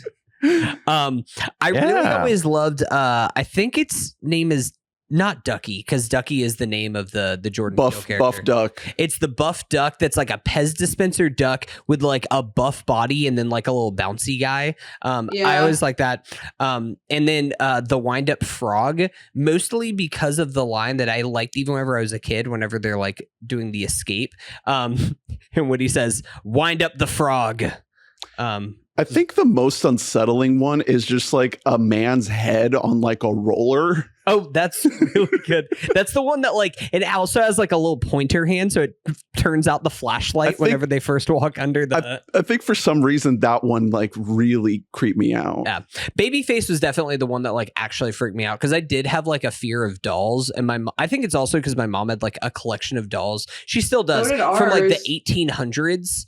That are fucking terrifying. And like when those, I hope my mom lives forever, because I'm not taking those fucking things whenever she goes. So like, I don't know. Gen lore just dropped. She's sitting on a cursed fortune of dolls. Remember when you helped me get that shelf that we have all our nice glasses in? Yeah, that we bought that at on Facebook Marketplace, and the guy was like, "Yeah, my mom died, and this thing was full of old dolls." And I just sold them all, and now I gotta sell the shelf. And we're like, damn, that stings. He's like, hey, you want some dolls? I actually didn't get rid of all of them. You still have some of the dolls? Those dolls. No, I didn't take any. Oh, those dolls were so fucked. Were there any so clowns in there, or just no, just damn. I don't fuck with that. No, it was There's some demons in there. If I'm really quiet at night, even over here in my bedroom, I hear sort of like a hum coming from that shelf, like almost like whispers, right? The voices. From what the are they other world. telling you to do? Kill them all. Shrek is better than Docter. that's what they're telling you. We also got to shout out the sister's room. Sid's sister. Well, before we see Sid's sister, because I actually really like his sister a lot. She gets a whole little mini arc within this movie. The buzz scene of him realizing that he is not the full breakdown. Him realizing that he is a toy, right? With courtesy of Sid's deadbeat fucking Does this dad. happen to every toy? Does every toy has to like awaken? Well, that is like an unanswerable question of this movie. Is because remember the other Buzz or not? The other Buzz off the shelf. Is it just a Buzz Lightyear thing? Because it seems like the other ones are just like, yay, I'm a toy to be played with. But for some reason, like the way that fucking it's out of the package manufactured these toys, they like created too much of a protagonist. Maybe that's what it is. Yeah, Buzz is just I too think it's cocky. also They like put the he's main battery character syndrome operated, right? Like he's but like some of the other toys are too, I think. Like RC car. An Etch-a-Sketch. Yeah. Yeah. Battery maybe not operated. sketch. These are not- Speak and I don't spell think is what I'm I- talking about. Speak and spell. I like to believe that every toy has to awaken. Mhm. That it's they part all of the have to go through journey their own journey of every Well, single toy. I mean, it could be a thing because we learn in Toy Story 2 that like Woody has been around since like the 1950s, Mhm. since like Yeah, Howdy he's Doody like- fucking shit. It So feels like it's like the Buzz is like a second gen, like a level up in terms of like toyness, you know? Right. Like That's why he's so the cool. The new hip generation of So do you think yeah, that toys. like? Do you think in Toy Story 5 there's going to be a character that's like slime? it's like he got skibbity, generated as skibbity toilet. don't We'll skip say you that to it, because it's yeah. gonna be real. we can't do that. Literally was what Forky was that it's just like I'm trash, kill me. We cannot do the same thing again in Toy Maybe Story there'll 5. But maybe there'll be a Skibbity Toilet phone. is a man who lives in a toilet. Well, Skibbity Toilet's more or less. gotta skibbity. Jesus Christ. Fucking kill Man, Jesus Christ. After Buzz discovers that he is just a toy, he sees the Made in Taiwan tag, which I Yeah. just So conveniently, he just never quite opened it up all the way to see Made in He Taiwan. didn't, he didn't want to ruin his Starkman He didn't gear. want to see it. Sees that. And then probably like the most heartbreaking song until we get to Toy Story 2 that like I had ever heard as a child. I Will Go Sailing No More. And we get the line of but no, it can't be true. I could fly if I wanted to, like a bird in the sky. Randy Newman said, "What the fuck is subtext?" It just goes for it. Never heard of her. This scene, I think at this point in the podcast I can mention, and this has been mentioned on previous podcasts about an accident that I underwent whenever I was You had to tell this story. about Hunter's big accident. I had an accident. I've only broken one bone in my body. I have a lot of questions about And this everyone because knows which you one had it was. seen the movie Toy Story at this point. I had. So yeah. what made you think So that here's you the thing. could? I had a little bit of a Buzz Lightyear moment. I was obsessed with Buzz Lightyear whenever I first saw this. We'll talk about as years have gone on, I have become more of a Woody guy. Okay, I think You're a that for cowboy me, guy it now. was much like Andy. you're really into horses. Space, maybe space was a fad. Yeah. And now I learned that I loved You're a patriarchy horse girl. and horses. Yeah, horses are cool. Horses and When I met patriarchy. you were a Um, buzz. Yeah. You were just like, You were wanting to fly. I'm all the time. invincible. So Gotta whenever get elevated. whenever I was about 2 or 3 years old, my family got me a Buzz Lightyear, like a onesie, basically, like this costume. It was a Halloween costume, basically. And I'm not joking when I say that, like, I wore this thing until I was like 6 or 7 years old. Like, I wore this thing and I it think did not same. fit me anymore. Like, to be honest, I'm probably shorter than I should be because it was like fucking foot Ooh, binding. stunting Like, you, I like sure. I was holding my spine compacted as a small With child Buzz. because there's like a photo of me where I'm wearing this It's that cramped. it originally went down to my ankles and it like goes up to my knees and you see like my body is being compressed by this. That actually gave you weak ACLs for your life. It loosened them up. But whenever I was a child, my two favorite movies that I would watch on repeat were this, Toy Story, and Space Jam. And I was at my grandmother's house whenever I was about 4 years old. And I was singing R. Kelly's I Believe I Can Fly while dressed up in a Buzz Lightyear Halloween costume. And I jumped off the back of a couch and directly into a brick fireplace. And so much like Buzz Lightyear in You're damaged. this one sequence, I was damaged. And I will go sailing no more. So When were you got hurt, were you like, oh my God, now we're really the same? I was Were you like, I'm Mrs. Nesbit. Please take me to a hospital. drunk on tea?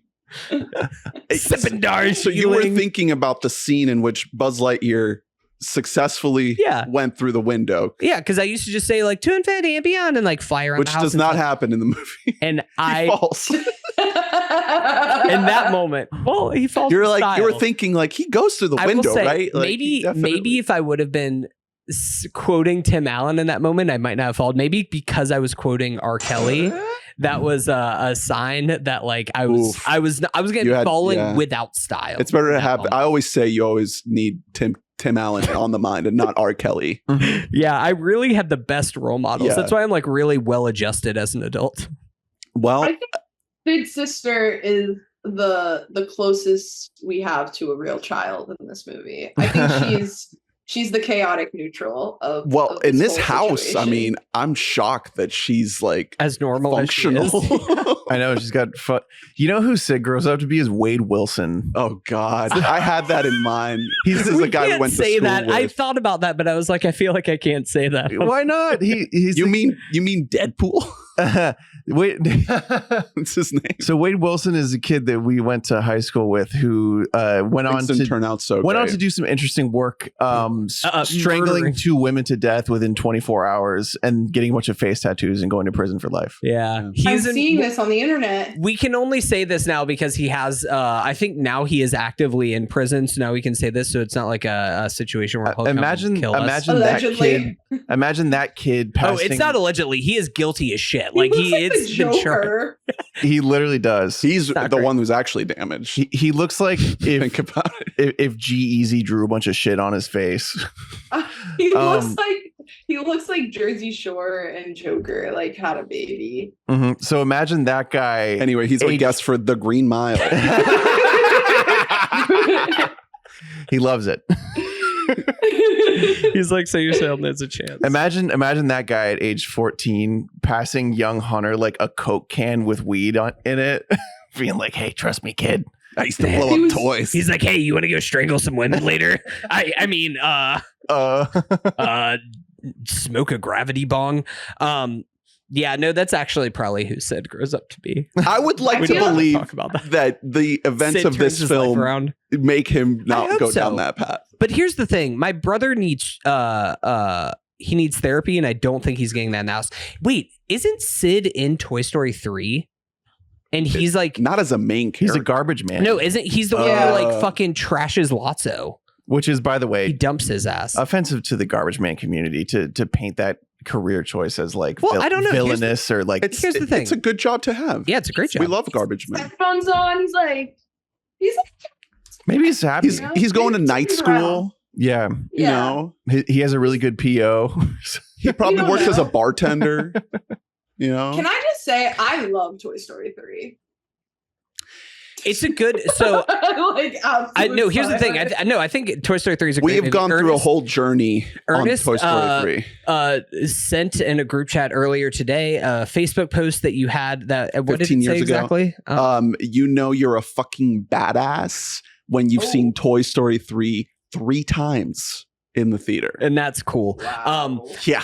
So here's That's right. I have gone like the full circle of Gambit with Toy Story 3 because I think that like Toy Story 3 in 2010, Pixar It was a moment. They find it early on, but Toy Story 3 is the most like clear example where they're just like, we figured out the button that's gonna make you cry, and we can just press that button Yeah. whenever we want. Toys going into the incinerator. It's that, and then it's at the very end, and they're like, "We're having you Yeah. play with them one more time." Yeah. Like that is Oh. like it most distilled Sobbing. down.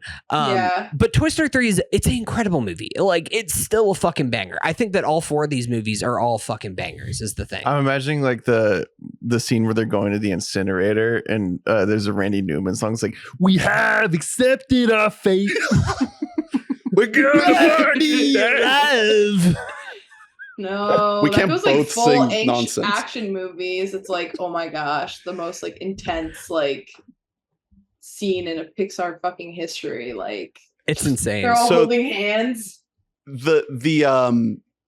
The age that Andy is in Toy Story 3 lines up almost exactly with our ages when Toy Story 3 came out. Like Mhm. Mhm. kind of that high I school. think- yeah, Maybe he was a little bit older, but yeah. He's like a couple years. maybe he's like gonna go to college But, or something like that.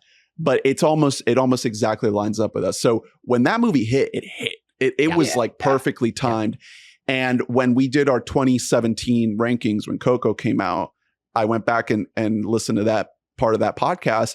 I personally had number 1, The Incredibles, and then number 2, 3, and 4, the Toy Story trilogy. Let's go. That Let's was my fucking ranking go. back then. My number 1 is also The Incredibles. Of course, this is one of our whole family loved. We're a this film. family of 5. Oh, that's Okay, right. That's so- cute. Cute. Exactly, and you were can each Jack take a Jack. slot.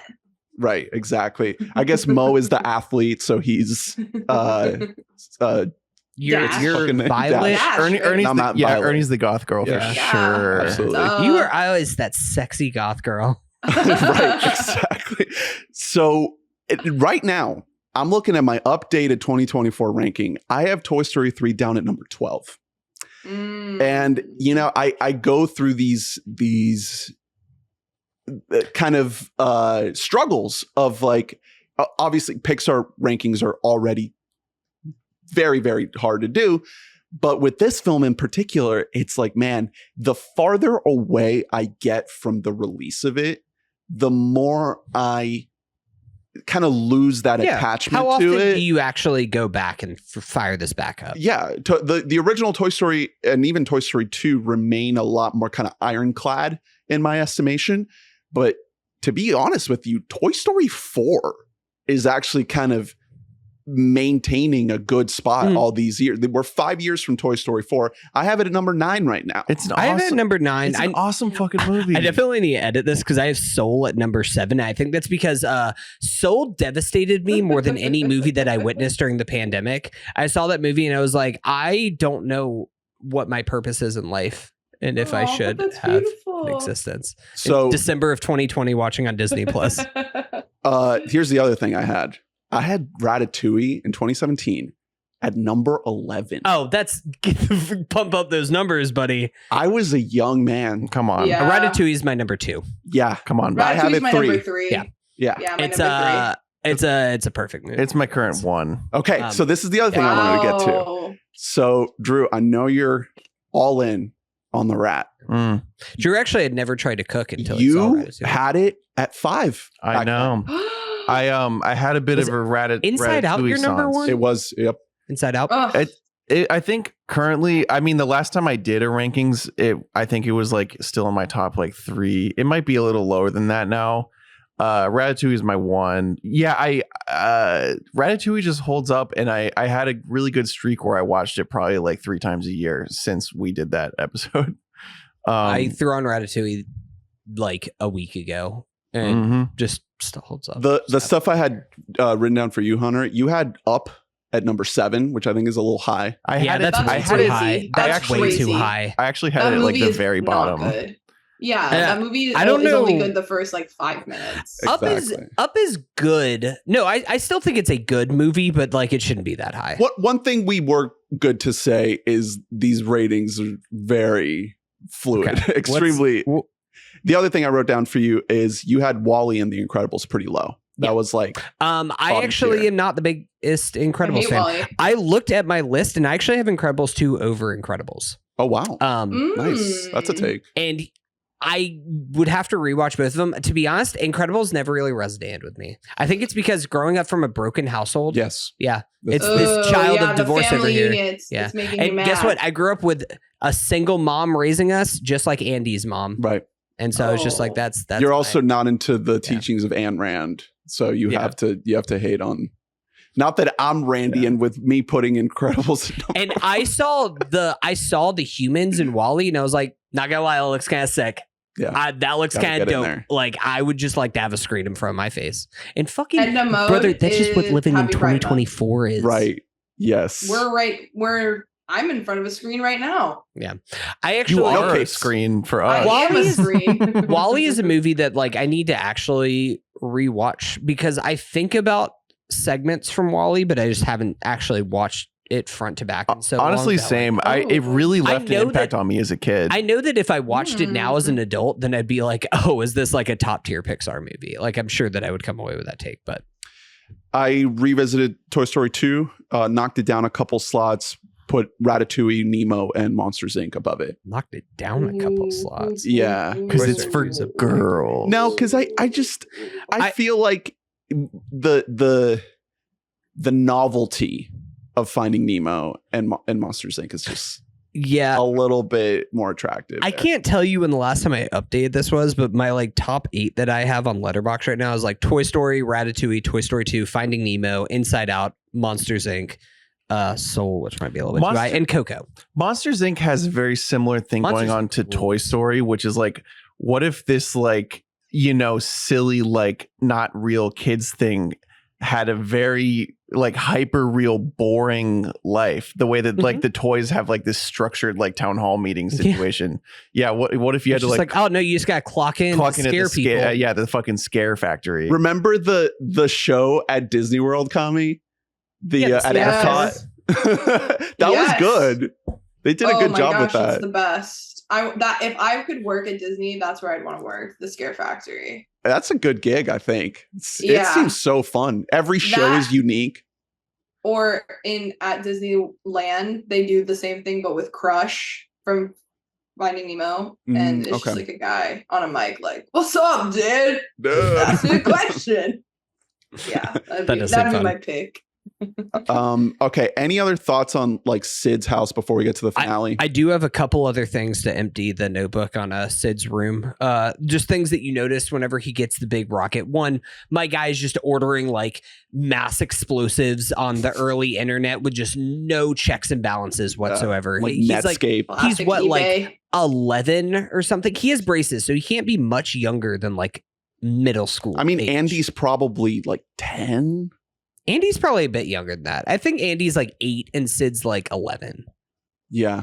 Something like that. That sounds. So I don't know. It's like, how old are kids? Are they like 5 or 10? To be honest, I'm terrible at judging. I'm like, are you 4 or are you 9? Are you 27? Hey, John Lasseter probably had the same problem too. Jesus Christ. A couple other things from Andy's room.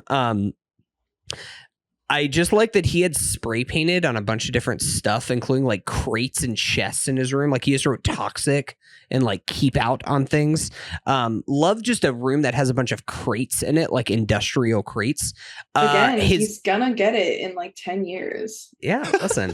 Bitches love a crate. When grunge becomes a thing, like my guy is He has like a workstation. He is already His ready. room is just like a mattress and like a work shed. Yeah, and then workshop. He's already practicing. Maybe he's gonna be a good surgeon. He's already like role playing surgeon now. You think he's gonna be a surgeon? Yeah, seems like a smart kid. We have his rug in the room is from the Overlook Hotel rug. Yes, Shining. From The Shining, Shining reference. Because he's such a cool and well put together child. And then inside of the crate that like Woody gets stuck in, there's a handbook that says like a little like pamphlet, and it says Improvised Interrogation Handbook. Okay. Cool things. Again, like he's in an this improv class, actually. how is this child obtaining these he's things? at the kid classes at the UCB. This is fucked. His dad is clearly like a vet who's dealing with some pretty serious shit, because the dog being named Scud, like I know Andy didn't name that dog after a missile, right? You know what I mean? I don't know what's going on there.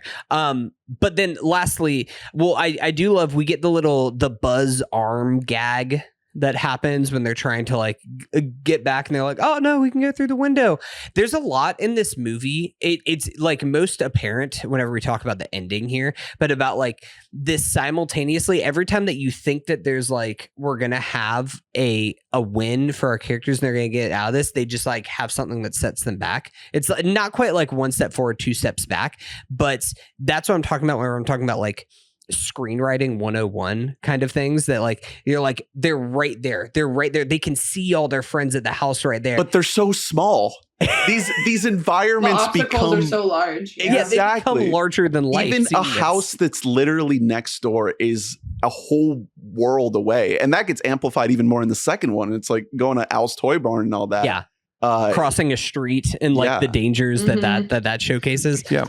But the dramatic scene between Tom Hanks and Tim Allen, like this is what you have them for. And it's funny. Apparently, I read this online that Tim Allen, during the sequence where like Buzz realizes that he has like no point of living and he's just like down, Tim Allen apparently told, I think it was Andrew Stanton, it might have been John Lasseter, he said, wow, this is some of the best acting of my career. And then he realized that it was like a 5-minute sequence where Buzz did not say anything. Wow.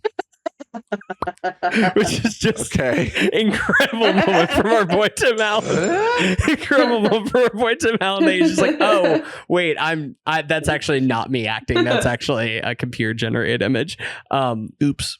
But the actual Hanks part of that whole dramatic scene where he is trying to give Buzz the will to live, and in doing so is having his own realization of like why he is important. Like in stating his importance, he realizes what he means for Andy and why he needs to stay there. And Woody is kind of having his own realization in that moment of like, I need to not be so judgmental and so adversarial. Also got to mention just the arc that Woody goes on in all these movies. I think it's a very well drawn out, it's the best thing that they have done across it's amazing. And in this movie specifically, with his dynamic with Buzz, I think it's perfect how they play up the conflict, right? Where you don't get tired of them beefing. Like you actually love to see them bicker and yell at each other.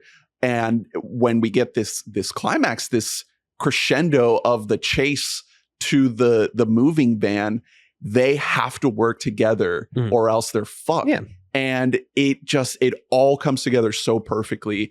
I think the entire sequence of them getting to the moving van, opening up the back with that fucking the handle, the cloth handle that's just burned into my brain.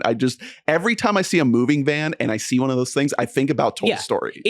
I think that this is like, I think that this is without a doubt one of the best set pieces in film history. It's incredible. Like I think, and regardless of if it's animated or if it's live action or anything like that, this is also exactly what I mean as far as like the win and a loss kind of happening simultaneously. Is you have these moments where it's just like you see you see Buzz, they actually have like a way to escape. They finally have like the Pet Cemetery style coming to life on Sid, which is an incredible sequence. And then like also very unsettling. They're like, cool, we see the car, let's get to it. And then Buzz gets stuck. So we have to go back and like stop and get Buzz unstuck. And then they're missing that, but then they see the moving truck. So then they're trying to run to get to the moving truck. But then Scud, who they knock out earlier, now he's chasing them back. But Woody gets on the van. So now he has to go back and get them. It's like all of these like setting up a problem and then solving them for a new problem to arise. Yeah. And the toys knocking Woody out too. Yes. Just all the conflicts that have been set up. He just doesn't have time, like in that moment, to explain, like, no, Buzz is back there. He's being chased by a dog. It's a whole thing. Like, he doesn't have time for any of these moments to go on. And the way that, like, the characters in the story are learning lessons that were either they were used for gags, they were used for laughs, they were used for whatever early on, like Woody being tortured by Sid via magnifying glass. Yeah. You see Woody get a match. It's put in his holster that's empty this entire movie. And your brain goes, sweet, he has the match. He's going to use that to set off the rocket later. But he doesn't. It takes that way. It's all this kind of diversion that's happening that you just don't get in most movies, especially not in a children's movie. This kind of complex story writing. Yeah. It's an action movie. That's yes, I think 100%. That's the thrill of all of them is like there's an element of like real action in all of them. It becomes like a Tom Cruise Mission Impossible scene almost. Yeah. I'm curious about the actual moment of them flying and going over the truck and into the vehicle, because I'm curious if you have the same reaction as I do, Kami, because every single time I watch this movie, I get emotional. I cry. Every time. The moment that they go up in the air and he says, not today, and the wings go out and he's flying and they go soaring. I tear up. I watched this movie twice in a like 24-hour span and I just cried both times. Like it just fucking sets off the trigger that I'm like, they did it. Do you feel the same way, Kami? Not necessarily. I don't think I cried last time I watched it. I do feel that way about the second one, which I think is, but I think it's to Drew's point. It's for the girlies. Like, I think something about girlhood like really resonates with the second one. With Jesse. The airplane taking off sequence, that whole. Or no, the Jesse backstory, the song. Jesse is Kenzie from Survivor. Okay. The tattoos. Slinky Dog Jesse's is tatted up under Slinky her. Dog is Keith if you go back a lot of seasons. This is And what if- Drew has been working on. Yeah, for the past like 15 minutes. Give me the full ranking. Who of is He's Tony ready in the? to Is Tony present. Boom Kaboom? Prospector? No, because Prospector loses easily. Tony's Yes, a- like fucking yes, a Lotso. domino. No, Tony is no, what's the name of the Canadian stuntman in Toy Story 4? Keanu. Hell yeah. Yeah. It's Boom Kaboom, I think. Boom. Is it Boom? Yeah, it's Boom Kaboom. Yeah. Is that it? Boom Kaboom is Woo from Kagayan. Okay. I keep talking about this fucking movie. Hold on. I'll get there with these other guys. So Drew definitely He got gets emotional nervous. during He the got finale. nervous. No, He cries every time as well. it's so good though. This ending is like I could watch this ending like every day for the rest of my life and like kind of analyze it Yeah. from a screenwriting of like this is how you write a action sequence right here, and having all of these elements from the entire movie are all playing a part into this one moment. You tie everything up. Even tying back to the RC car being the thing that is used to knock Buzz out the window early on in the film, and now the RC car is coming in to save both of them as you're doing this. It is all of these loose ends that are tying together. A lot of that is just because this is the first Pixar movie. It was all hands on deck of working on this, so there are no like holes. There are no of like this happened and then that goes over there. No, they had this whole like escape plan with Sid's mutant toys that whole sequence rocks, and they get the dog outside. They think that the dog is out of the picture. Not quite. They put the dog outside. They're going to have to now go past the dog. It's all of these little things are there. Everything is so well thought out that it's just perfect. Except they put the baby in the front seat. It was the 90s. Hey, it was the 90s. I was going to say, I definitely had a car seat in the front seat. You got to put Andy up front. Come on. These days He's you the don't big turn brother. it. No, it's actually safer to have be a in car a car seat seat? in the front seat than it is to be loose as a Okay. child, not in a car seat. I So only know this. the woke liberal America has brainwashed us. into Listen, thinking- I only know this because I was a child who my mom refused to let me sit in the front passenger seat until I was 12 years old. Because Same. every time that I said that I would do it, Same. she would pull down the warning thing on there. It says children 12 and under can die if they sit in the front seat. And she would say it exactly like that. And so because of that, I was never allowed. Except I was Unless like, you I'm wanna going to go sit to in my the car seat. dad's and I'm going to sit in the front seat of his truck. Dad'll let me and drive. fucking die, you bitch. As I'm listening to like 3 Days Grace and like I'm listening to Apocalyptica. I was like, if you were dead or still alive, Rise I don't Against. care. Was that later? No, Rise Against is like middle school, Okay. probably. I don't remember when that album Appeal to Reason came out, but that was very important. When I was in the 3rd grade, my best friend's mom at the time was getting a divorce, and she would play Gives You Hell like Nice. every single day. That's cool. All American Rejects, baby. That's gangster. Hell yeah. She was like, "This is about your dad, Carly." Wow. Listen. Holy shit. Listen. Carly's mom had fucking beef. Woof. That's nuts. Shout out Children of Divorce. Okay. For real. We got to get to the categories before we wrap up. So, Tom v. Tom series, we have a series of categories that we like to do some accolade awards, essentially some soft little points, star points for the film.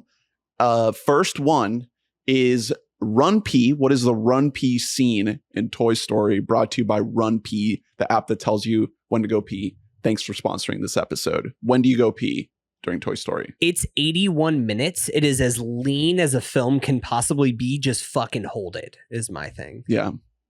I would say that as well, especially because if you got a big piss, you're going to miss like a third of the movie. It's such a short, You're like, going to miss like an entire think, act. like something like this, Nightmare Before Christmas, something like that that's like this short and just like this tight on story and also character moments. Like you're good. Just don't pee. Drew, Kami, Run P sequence. Some people have enlarged prostates. Did you ever think of that? Some And, people. and they watch Toy Story. Mhm. That's the main audience of people. I have IBS and I didn't have to shit once while watching Toy Story twice.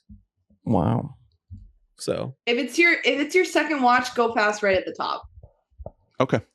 We're at the top. I don't want to miss the toys coming to life for the first time. You can kind of hear the Randy Newman song in the background while you finish up, while you wash your hands. It's like, oh, I gotta get in here. It might be Pizza Planet. No. And I think that might be like, if it is a thing where you just have to miss like 45 seconds.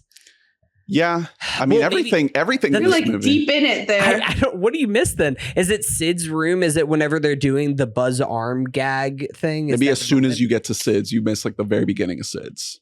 But no, then you miss him doing Operation and taking off the Sally doll. No, and then you might miss the beginning of the mutant toys coming out. Yeah. Them thinking that they're cannibals. Everything is essential here. It's a quick watch. Yeah. I feel like we'd be remiss to not, before we finish, I feel like we'd be remiss to not say that we're like 3 degrees of separation from Tom Hanks in this room. Oh, you mean Tom Cruise? Or what? Oh, you mean Tom physically or socially? Because I think socially. Cruise is right Socially. there in the corner. Because of our boy Tony Hale, Oh, Forky. who is Fork. Yeah. And I feel like us as Tallahassee folk, we can't get through without Your shouting yak out connection. My Mr. uncle, Hale. as like a childhood friend of Forky, like Forky would come over to our house and play as a child. Tony Hill in the house. Tony Hale, just like the nicest guy in real life. I've met him like a few times throughout my life, and he's just like so cool. I have too. Yeah. Yeah. Big He's so fan. cool. Also, I just Yat's watched faithful, Veep. young actors own. Yeah, exactly. He loves Yat, and I'm happy Yeah. for him on that. I was gonna say, I just watched Veep, and now I'm like actually a Tony Hale fan. So he really like is actually eats down, because I grew up just like knowing him as an entity, and now watching him for 7 seasons, I feel like Have you watched No, Arrested Development? I've not. No, He's so Might good. be in like- that. Him as might be Buster next. is incredible. Oh. It's great. Be next. He's like the 4th, 5th build person Yeah. in that show, but he's just great. Can we go? he steals. Can we go back to the Run P segment really quick? I thought of one. What? The slogan. A slogan. Yeah. Yeah. Yeah. We have to. It's part of our contract with Run P. We have to drop a really, really good slogan every single week. Right. So that segment was brought to you by Run P. When you're trying to watch Slinky Dog, but you need to drop a stinky log. Miss half the movie, Rumpy. Run P. Next category is Tom Swap. Could the other Tom do this role? Could Cruise No, be Woody? absolutely not. Cruz, I think, Absolutely could not. be Buzz, but I don't think he could Yeah. be Well, Woody. that's not the job, is it? It's not the job. It's not the job. Yeah, it would not work. No, it couldn't be. I think that like this is like one of the. I know you don't see his face or anything, but like this is a first line of his obituary performance from Tom Hanks. Mm. Oh yeah. Oh yeah. So This is- it's what? Forrest Gump, Toy Story. Then probably Toy Story. Honestly, if we're talking about like cultural what about significance, Sully? Sully, Yeah. dude. Yeah, I would put Sully. Sully, dude. Forrest Gump, Sully, A Man Called Otto. Yeah. Mr. Philadelphia. The Terminal. Oh, we love you, Tom. If you go by Letterboxd popularity, it's actually Forrest Gump and then Catch Me If You Can. Ooh. And then Toy Story. Ooh. The thing is That's that actually like shocking. the to thing me. is like what is his Yeah. character's name in Catch Me If You Can?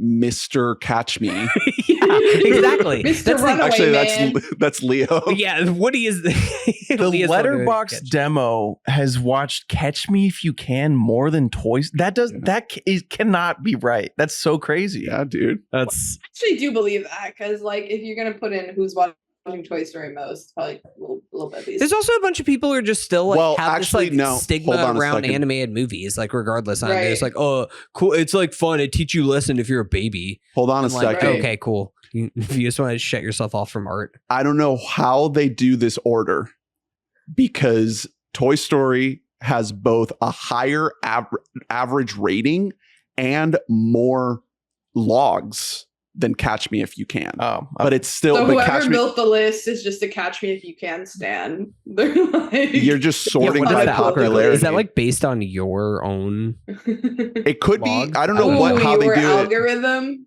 It could be that it might be that the current Letterboxd user base is logging Catch Me If You Can a lot Oh, right yeah, now. if it's happening more, yeah, It could be. Mm. could be a thing.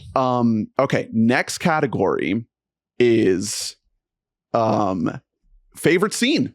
What is your favorite scene in the movie? Can we lump together the whole ending sequence, the action sequence? I think that's the most iconic moment. It's so good, man. It's so good. It's so lit. Like things pick up it's like you said, everything sort of plays, every moment matters in a way that you don't often see, especially these days. I mean, 3-hour movie. What the hell? Yeah. Remember in Babylon where that every line comes, everything that you see in the entire movie comes together? Do they show Toy Story in the Babylon end montage? Do they? I don't know if they do. Because they show Tron. I think there's a good chance they do. It might have flashed to it. They show like everything in movies. So if they don't, then Damien, it's on fucking sight. Okay. Yeah. So the category, if we take them both at the same time, favorite scene and most iconic moment, I would go most iconic moment. I would probably go with the ending finale, flying through the air, falling with style, all that. And then favorite scene, I would just go with the introduction to Sid's toys. Oh, to Sid's toys. Okay. Yeah. That's kind of my dark personal freak, huh? It just on this latest watch, Listen, you're a little freaky boy, huh? I was just kind of shocked by that. Are you interested? Have you proposed to Lee like redesigning your room, like Sid's room? I mean, she would be the one to want it that way. Have you guys seen? She's the one who's going to put like mud scud posters on. That's the true. walls. She grew up like Sid. Jesus Christ. Have you guys seen the whole thing and like have you guys seen the thing in like Airbnb lately where they're like, you can live in fucking Joy's house and shit like that? That's like all this Disney sponsored shit, but it's like it's like I'm trying to find a fucking condo. Would you get out of my face with this? It's like, are you going to Vegas next month? Well, why don't you live in Riley's brain? Live in the brain of a 13-year-old, you a freak. You would so do that, Hunter. If anyone's gonna fucking do that, it's gonna be you. if the prices were affordable, I don't know. I might look. Maybe that's the next like critics group outing. I want to live in Sid's house. I want to live. It's just a studio right there. It's in like a shitty part of like. Does he get the attic? Like, what's going on there? I don't know. It's kind of it does have like the slanted roof going on up there. They put him under the stairs. Yeah, it looks fucking sick. I want my kid's room to be Arnold's from Hey Arnold. Ooh, but then that's a really particular house. Yeah. First of all, it's got to be like a fucking tenement building. Yeah. In what, like Brooklyn? Yeah. Are you neighbors with Hey Arnold now? Down, pretty much. How many times have you said, "Hey, football head" to just some guy on the street? Cami, favorite scene and most iconic moment. Okay, I was thinking about this while y'all were yapping. I think my favorite scene in this movie is Miss Nesbit with in Sid's sister's room when Buzz loses his way. Or maybe finds himself. Happy Pride Month. I don't know. Suddenly you find yourself sucking down Darjeeling with Marie Antoinette and her sisters. I think the reason why that scene's good is because it's not like he's doing a feminine voice. He's just like drunk on tea. Yeah. Is what's good. Yeah. Tim. He's like I said, he's finding himself. Like Do you see the hat? Everything. It's perfect. And I also think my favorite Toy Story scene, period, is in the second one when the little old man is like fixing up Woody. Yes. Oh, that scene is so beautiful. So satisfying. That scene like triggered something in me. Yeah. Like that scene makes me feel things. Okay. Right. Like that scene like makes me like hot and heavy a little bit. Seeing the stitching together and shit like that. Like I was just like, this is fucking it. This is cinema. If we're like splitting hairs here, I also would acknowledge just the first scene when the toys come to life, mixed it like they all coming to life. And then that moment of introduction that you have to everybody. I like that the other movies have like further fleshed out the Mr. Potato Head. We haven't mentioned his name yet, but the voice of Ham, who is in literally, I think every single Pixar movie, or he was for a long time, John Ratzenberger. I think he still is. Has he still been? I don't know if he's been in like Luca or some shit. He was the main character in Luca. He was the titular Luca. He was turning red. But I really love that.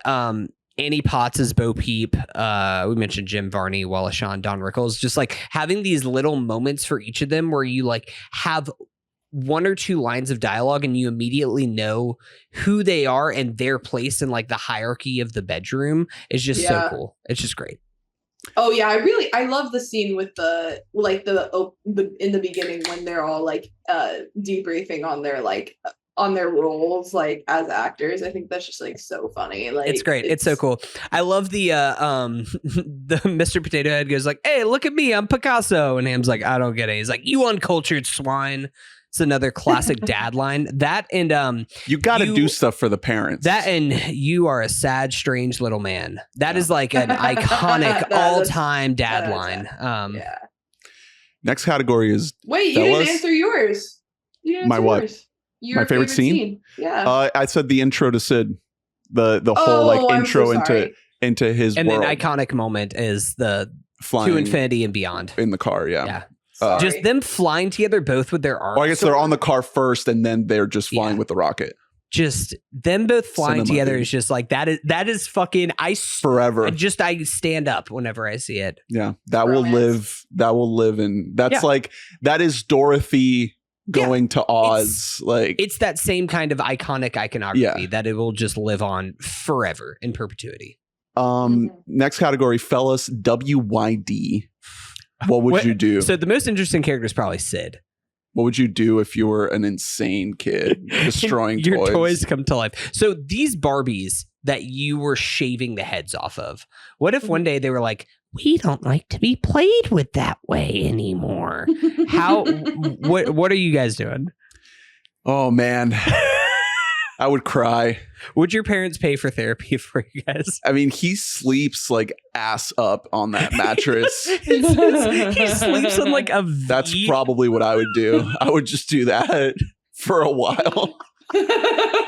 And then just hope that I'd suppress the memory. I would start doing whippets. Make it make sense. Selling weed out of Coke bottles. So you just start chugging Tuss, Robitussin. What's a good character? Thank you for clarifying Tuss. You're welcome. What's a good character for you to kind of like see yourself in this movie, to say what you would do in this scenario? Would you be a toy or would you be a human? And which one? I feel like I'd be Spud. Scud? Scud. The dog? Scud. Yeah. You wish it was named Spud. Something like normal. I feel like I'd be the butch dog, like getting in the way. That feels kind of, I don't know. I think in my youth I would have been like, Bo Peep, but like, let's be real. I'm just Scud. Do you guys know a fun fact about Bo Peep is that she originally was supposed to be a Barbie, and Mattel was just like, Mattel was like, no, we won't give you the rights to Barbie. Then it was a huge hit. Yeah, and then they're like, can we be in the sequel? Right. Can you put Barbie and Ken in? Another thing is that apparently G.I. Joe was supposed to originally be in this as the toy that gets blown up by Sid, and then as soon as Hasbro, I think that owns G.I. Joe rights, as soon as they figured out that he got blown up, they were like, absolutely not, you cannot blow up a G.I. Joe figure. So that's why it's a Commander Carl. I wonder if some of these toys, like we had a Potato Head, like I feel like Potato Head was around. Oh yeah, Mr. And Potato then it Head came back. Mr. Potato Head is an ancient toy. You're dead right. It definitely Sales of that massive boosted sales. Yeah, because incredible honestly, move by like the creator of Potato Head. Not the greatest toy of all time. By the time that we were kids, we had other stuff. You know what I mean? But we had Jessica Alba on Google image search. Exactly. It's hard to compete. But you throw Don Rickles in the mix, and I'm interested in I'm into it. I see Wallace Shawn saying inconceivable, and oh brother. I mean, the Etch-a-Sketch, that's a classic. Do you guys have an Etch-a-Sketch? I fucked around on that thing. I think I did. I was more of a light bright kid personally, as far as like playing on like making shapes and faces and things like that. I never have enough pen and paper, huh? I know these fucking kids. I was not a big toy guy, to be honest. Like, really? I had obviously I mentioned the Buzz. I had the big Buzz figure. I loved like Legos and Bionicles. Yes, like I was super into those. 100%. We were also big on playing Legos, video Bionicles. games like as early as we possibly could. That's the thing. that is the thing. Like we were locked into like Fucking Crash stuck on the goddamn Bandicoot, screens. Oh, we were such Kingdom screen Hearts. kids. Yep. Fucking But iPad we babies traded early off. on. We traded off 1-to-1 with reading, so that's why we're good in the schools. Yeah. too. What was the deal? It was like for It every was a 10 1-to-1 pages, ratio, I think. Like, one page equals 1 minute of or something like that, or like 1 minute of reading equals. I'm 1 imagining minute you of screen doing it time. 1 minute at a time. Yeah, you're like, shit. You just have a constant stopwatch going back and forth. Absorbing nothing. yeah. I actually don't know what it was. I'm sure our mom could tell us, but it was a like a high risk, high reward situation. Yeah. Like I had some Star Wars toys. Like there were things that some like lightsabers. You weren't like taking your yes. toys and like making up stories. No, Using that- I using that wasn't a creativity. toy boy. God, look at you I think I fucking definitely was. There's this right-brained. video. Oh, there's this video from the home videos that Ernest has been like developing. from our youth. Yeah, of like Mauricio coming in to my room and I'm playing with all my like decrepit Barbies. And I'm like, Mauricio, what are you doing? This is all in Spanish. What are you doing? Because we didn't speak English with each other at the time. And he's like, I'm filming for the people. And I'm like, the people? And he's like, yeah. And I'm like, who? And he's like, the people that are gonna watch. And I literally look behind them. I look behind him and I look at him and I go, where are they? Where are they? Get his ass. I'm The like audience 3. is already turning. I'm like 3. Like literally my first like bit of sarcasm is caught on camera with me and like my decrepit Barbies. So I was definitely like there was a plot happening. for Yeah, sure. there was something. you definitely did shine in some of those videos though. You did a whole dance performance. So Yes, the best people- ballerina in the world. yeah, people were ready for that. Maybe not the decrepit dolls. Next category is what do we score this on the Hank scale? It's got to be pretty high because again, I think that if you have Out of 5. again, this doesn't have to do with like how good the performance is. This is how Tom Hanksy it is. I think especially factoring in that this is an early Hanks performance where early Hanks does have a little bit more shag on him. He can be a little bit of an asshole. Mhm. Woody is kind of an asshole in this movie. I think it might be a 5 because I think It's that a perfect marriage of like the two sides of him. there is still a warmth there. And if there isn't that little bit that like is still going to make you buy into him, that there is something good deep down, then I think that the movie fails in a lot of ways. What do you think, Kami? Out of 5 on the Hank scale? I think if it's talking about how Tom Hanksy it is, we're at least at a 4. I don't know if I can give it a full 5. I think Tom Hanks is a sweet, sweet man, and I think Woody is too much of a dick. I don't think Hank would act this way. Do you think he hits a 5 in like Toy Story 3? Do you think that's Yeah, like a like- 5 Tom Hanks performance? Once he's like emotionally healed from his like need for like, you know, acceptance and Yeah. Even Toy Story 2. Yeah, I was about to guess, a little say bit. when you get all the backstory of the show and that, but even that honestly becomes more of a vehicle for like introducing Jesse, you know, and just kind of expanding the lore of Toy Story rather than God, Joan Cusack is so goddamn good in Toy Story 2. It's like an unbelievably good voice acting performance. But if you track all 4 of them together, like it's as good as it gets. I also wanted to shout out That's this a different Tom Hanks movie. As good as it gets. Yeah. I found a ranking of voice performances. And they put this also on billboard.com. This is on Gold Derby. They ranked a bunch even of better. vocal performances. They put Tom Hanks number 5 for Woody. For like all the Toy Story movies up until the point of this release, which was 3. Number 4, Edna Mode, Brad Bird as Edna Mode. Facts. Yes, facts. Number 3, Ellen DeGeneres as Dory in Finding Nemo. You know, Why? No. you know, she's good. It's a good performance. Number 2, Eddie Murphy as Donkey. That's an absolute banger. Yeah. That's so good. He's and so then good. That's such a different style of voice acting, though, because that is just him doing Eddie Murphy. Like, it's not like him being a character. He is just being Eddie Murphy. number 1, I want everyone's guess what they put number 1. Is it Disney? Yeah. Okay. Wait, are there any parameters at all, or just any vocal performance in an animated film? Is it like Nathan Robin Lane, Williams as Aladdin? Nathan Lane, Yes. Timon. Is it? It's Robin Williams and Okay. Aladdin. It's Robin Williams Aladdin. Yeah. Number 1. I Yeah. figured that it was going to be a big celebrity doing a very iconic Yeah. performance. Also, shout out to number 6, Patton Oswalt as Remy. In Facts. Ratatouille. Okay, That is a great. I think Nathan Lane was a good guess, though. No one agrees. Yeah, As that's Timon? a good one. Yeah. Yeah. I mean, all time, it's he doesn't get enough juice. Not, but Genie doesn't really either. He does, though. He's all over that fucking Genie movie. kind of makes Aladdin something special. Coming in at number 1, we have Seth Rogen as Pumbaa. Oh, some of Also- these aren't in animated movies. Like you have James Earl Jones as Darth Vader at number 12. Sure. Scarlett Yeah. Johansson is in Her. When you What? Google Pixar movies, Sausage can't Party compare does these. come up. As Pixar. Yeah, That's funny. it's Google's an AI under assistant Pixar is like, action here you go. movie. You love Toy Story. It's literally like, Would you like wait, to see hold on. if Glizzies came to life?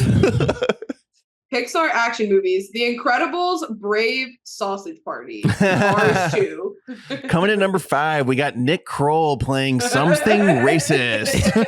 Probably. Man, I remember when Sausage Party came out. Like, I think that I saw it. I don't know if I saw it in theaters. Yeah, I had maybe a saw it on Redbox. horrible, all-time bad movie-going experience to Sausage It was Party. 2013, right? Is whenever it came out. Something Like that. I think I remember seeing it and I was 2016. like, 2016. Really? Okay. Yeah. So that makes more sense. I remember seeing it like as soon as it came out and I was like, I don't think I'm a teenager anymore. Like, I don't think I'm a 13-year-old boy anymore. I don't think that this works. There was a man sitting in that audience that was losing his fucking mind, laughing the hardest I've ever heard anybody laugh in a movie theater during the entire movie. Like after every line. And I am sorry about that. They were cracking me up. And here's the thing. Sometimes This he is the would greatest repeat- day of this man's life. Sometimes he would repeat the line back to the movie. That's so good. That's an all-time guy thing to do. It was like, what a horrible. dude. That's great. That's great. cool. I saw it like blacked out, like so drunk with like, I worked at a restaurant at the time and it was like like a giant group of coworkers. And they all, like, in the weeks afterward, they all kept talking about it and about how great it was because they didn't realize that we were all just really drunk. And so we were laughing.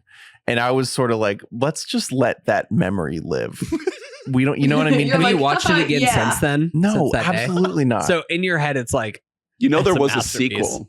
Should we cover it? What? There was a sequel? I think Should we it do just came a out watch through? of a commentary, a A watch along. commentary. God, that shit Yeah. sucked so hard. Yeah, I think it just came out. Oh, it's a series. What? Wait, what is this on? I think it's on Amazon Prime. What the Seth, called please. Sausage Put the Party : checkbook Foodtopia. down. Foodtopia. No way. This man has This nothing better to exists? do. He's just making ceramics and like just Yeah, overpriced dicking fucking. yeah, he's just having a good time at this point. Wow. Love you, They- Seth. Cast me. I will play a little dumpling in your sausage party show. It's season I will 2. play an arepa in your sausage party show. Honestly, facts. Yeah, you'll go full like minstrel show mode. you'll do For the Seth, I would accent. literally do anything. Is Seth still hot? Has He's he like kept way it off? hot now, dude. Yeah, he's still hot. dad. I haven't like seen father. Seth. He was hot in like Follow him on 2019, Instagram. So Oh, yeah, that's why I he's didn't like, know if he's still. He's I made kinda some getting- pottery. Buy It's my like, 700. I definitely right now. didn't use Ozempic years ago. I made a joint holder for $250. This ashtray is $700. Sausage Party Foodtopia. So catch that on Quibi. Yeah. It's on Tubi. It's on Boo Boo. It's on Blurbo. It, You can catch it on Flarcom. yeah, it's on Gleep Gleep. I think it's on Gearbo Plus. Okay. Hey, that's free with Roku, so Yes. All right. Final category: recaging and re-Robin Couch. Where are Nicolas Cage and Robin Williams in the 1995 film Toy Story? They're both. First of all, they're both absolutely in this movie. Yeah. like this is not. Robin This isn't a fits hard like one. a goddamn glove into the story. Like You Robin can't could be just Genie. You can't just run back. No, Genie. no. But I think Robin could just riff with like fucking Don Rickles and Wallace Shawn in them. He could just be like another toy in that world. He'd be Yeah. he could be. Well, Potato Head needs to be old, I guess. But maybe we're just saying No, that. we're not taking Don Rickles out of this movie. Also, never mind. What were you gonna say? No, I'm not going to go down that road. Could Nicolas Cage play Sid? Oh, yes. that was my first Oh, thought. that's a buzz. He should be the dad. Oh, the dead. We get some action with this. Should we have him like hit his child? Him, or maybe just throw a can at him. It's just like, oh, I'm bleeding. You're breaking my vibe. I'm trying to relax. I think, You twerp. man, you know what? Nick Cage would have been perfect as like one of the toys at the fair in Toy Story 4. Mm-hmm. He would have been. Yeah. Really He could have good there. even. He could have Like, been the fucking stunt man. He could have been the he Keanu could have been the stuntman. Keanu character. Yeah, absolutely. Well, if it was a G.I. Joe at the end there, you put Nick Cage in there, you have him have a quick little scene. And then he just gets blown Yeah. up. Here's the thing, though. Because of the movie G-Force, we know how versatile he can be with his voice. That's true. That's true. I mean, if Do you you want? Would the mole from G-Force fit into this? Where is it story? on? Where's the mole from G-Force on that list of best vocal performances of all time? it was too good, they had to leave out. Yeah, it's that would actually break like the number whole- 0. Also, that movie wasn't animated. That was all real. That was a documentary. They filmed that. Kami, did you have Cabbage Patch Kids? Was this a thing for us? I did not. No, that's like a little bit too. Those were past lame. my time. Yeah, they No, were. My Cabbage Patch- sister didn't. Like my didn't fuck with mom those. played with Cabbage Patch Kids. Okay, because Yeah. if there's a male Cabbage Patch, like maybe that could be Robin. a male Cabbage Patch. Are they all girls? Is it like American No, Girl? yeah. I don't know. Did you know that you can go to? It's like somewhere in like babies. North Georgia. You can go to the Cabbage Patch Farm and you can like they like you can pull them like out grow. of the ground. Yeah. Oh, they're like- grown. You can like birth one out. Yeah. Yeah, they're like little babies. One that time, grow from cabbages. one time, Gaia Patch. Gaia and I were just like on TikTok for like way too long. And when you're scrolling on TikTok for too long and like eventually it just all becomes conspiracy theories. Like we've all been there before. And we started watching this like long thing that somebody was going on a conspiracy theory about how Cabbage Patch dolls are actually like real people that are grown in the ground. And it was incredible. It's amazing. We watched Oof. like 25 minutes of content about You're like Cabbage 3 Patch swipes dolls away being from grown in. QAnon. I think that it might have also just been QAnon messaging. Yeah, the it's whole like- time. I don't know. That's step one. Yeah, it's just like, and if you let them ferment for long enough, they become snowflakes. And My And you hot know- take is that Robin Williams can't be in this film because he makes it too much about himself. Yeah, he'd outstage everyone. He It'd be can't the be a Robin secondary show. character. Well, Yeah. that's why I was thinking You is do need for character actors both in of there. these Yeah. guys, it would be perfect if you picked like a really random toy like a hula hoop or something and you just give them one scene and that's it. Like they don't recur throughout the movie. They just show up for like a quick little, oh my God, that's Robin Williams. What if like Maybe he's like the Monopoly man or That hula something. hoop is Robin Williams. What if he's Remember- he's one alien, Okay. but just speaking as Robin Williams? it's always like kind of fucked up a little bit. Like that's why he doesn't sound like the others. What if it's like the TV actually comes alive? Like the TV also is a toy that comes to life and Sure. he's just like a newsman that lives in the TV. Yeah. Or a Rubik's Cube. I mean, I'm very Ouch. curious. That's I did insulting want to ask. him. There's That's fucked up. I know Rubik's he's Cube. dead. He's literally dead. yeah, fucking Rubik's- unsolvable question, much like a Rubik's Cube was his fucking depression. Wow. Wow. Isn't Rubik's that Cube Hey, would you know, he be, actually didn't um, die from. He died from like weird disease. Yeah. Yeah, he had a rare form of Alzheimer's that Yeah. actually Was- informed his depression. He was quickly losing his cognitive abilities. Thank you, Drew. Were you going to That- suggest someone else for Rubik's Cube? It would just have to be a nerd. Hmm. You know, that's a nerdy characterizing. It's like, actually, it's, I did it's that, wanna- it's that It's like whole Jay deal. Barrow. Jesse Barrow. Eisenberg. Yep. the Yep, rules of this world on who speaks and who doesn't speak. Yeah, Because, for like race example, car, Right, RC right. car RC doesn't, car doesn't speak, but they can communicate. but the binoculars does have a voice. And binoculars is like, hey guys, look, it's Buzz. And like, I don't know who it voices the Also, binoculars. but none it's of kind Sid's insane. toys talk. Well, that's because they're victims of they're trauma. Yeah, Dead. they're They're gone. fucking Here's dead. the thing. Gone. They are victims of trauma. I think they even try to communicate with Morse code at one point. Yeah, no, she goes T T T T T, and they're like, "Oh, got it! The most elaborate heist where we pet cemetery Sid's Got it. ass and rise that. from the dead in order to traumatize him forever." I don't really understand the logic of a lot of the things in the Toy Story universe, but those are things that you kind of just have to. Well, it's about the feeling. I wrote down something that it could be a good thing to close out with. So I was doing research for this movie, and I sometimes I go through the Wikipedia and I click like the sources at the bottom if it's next to something Sure. interesting, and I found this like almost like a research paper on this. They posted on this website called acm.org, Communications of the ACM. It looks pretty official, but it's like a breakdown in the technology behind the movie, and it goes into detail. There's actually a secondary piece that's actually by John Lasseter. So it's a pretty deep dive, but there's a specific thing I copied and pasted from that I wanted to read that talks about why you can't just have a computer do it. Mhm. There is this human element in this movie that is very important. And in the world of ChatGPT and AI and Right. all these like visual AI image generators, video generators that are happening that are taking real fucking human jobs away from the types of people who worked on movies like Toy Story. I think that this little quote sums it up pretty well. The galloping environment of computer graphics hardware and software has even brought some of this technological performance to average everyday desktop machines. But such power alone will never deliver Toy Story to someone's PC. Only intelligent and sometimes non-realistic creative choices ensure that the story makes sense, the characters are appealing, and the images are stunning. Yeah. So a computer could make something that approximates Toy Story, and it will Visually, probably, yeah. it could probably look the same or even better than this movie. But there's all these little things, these tiny, tiny choices. Like even another thing that I pointed out in this piece, they talk about how they got to the army men, the movement of the army men.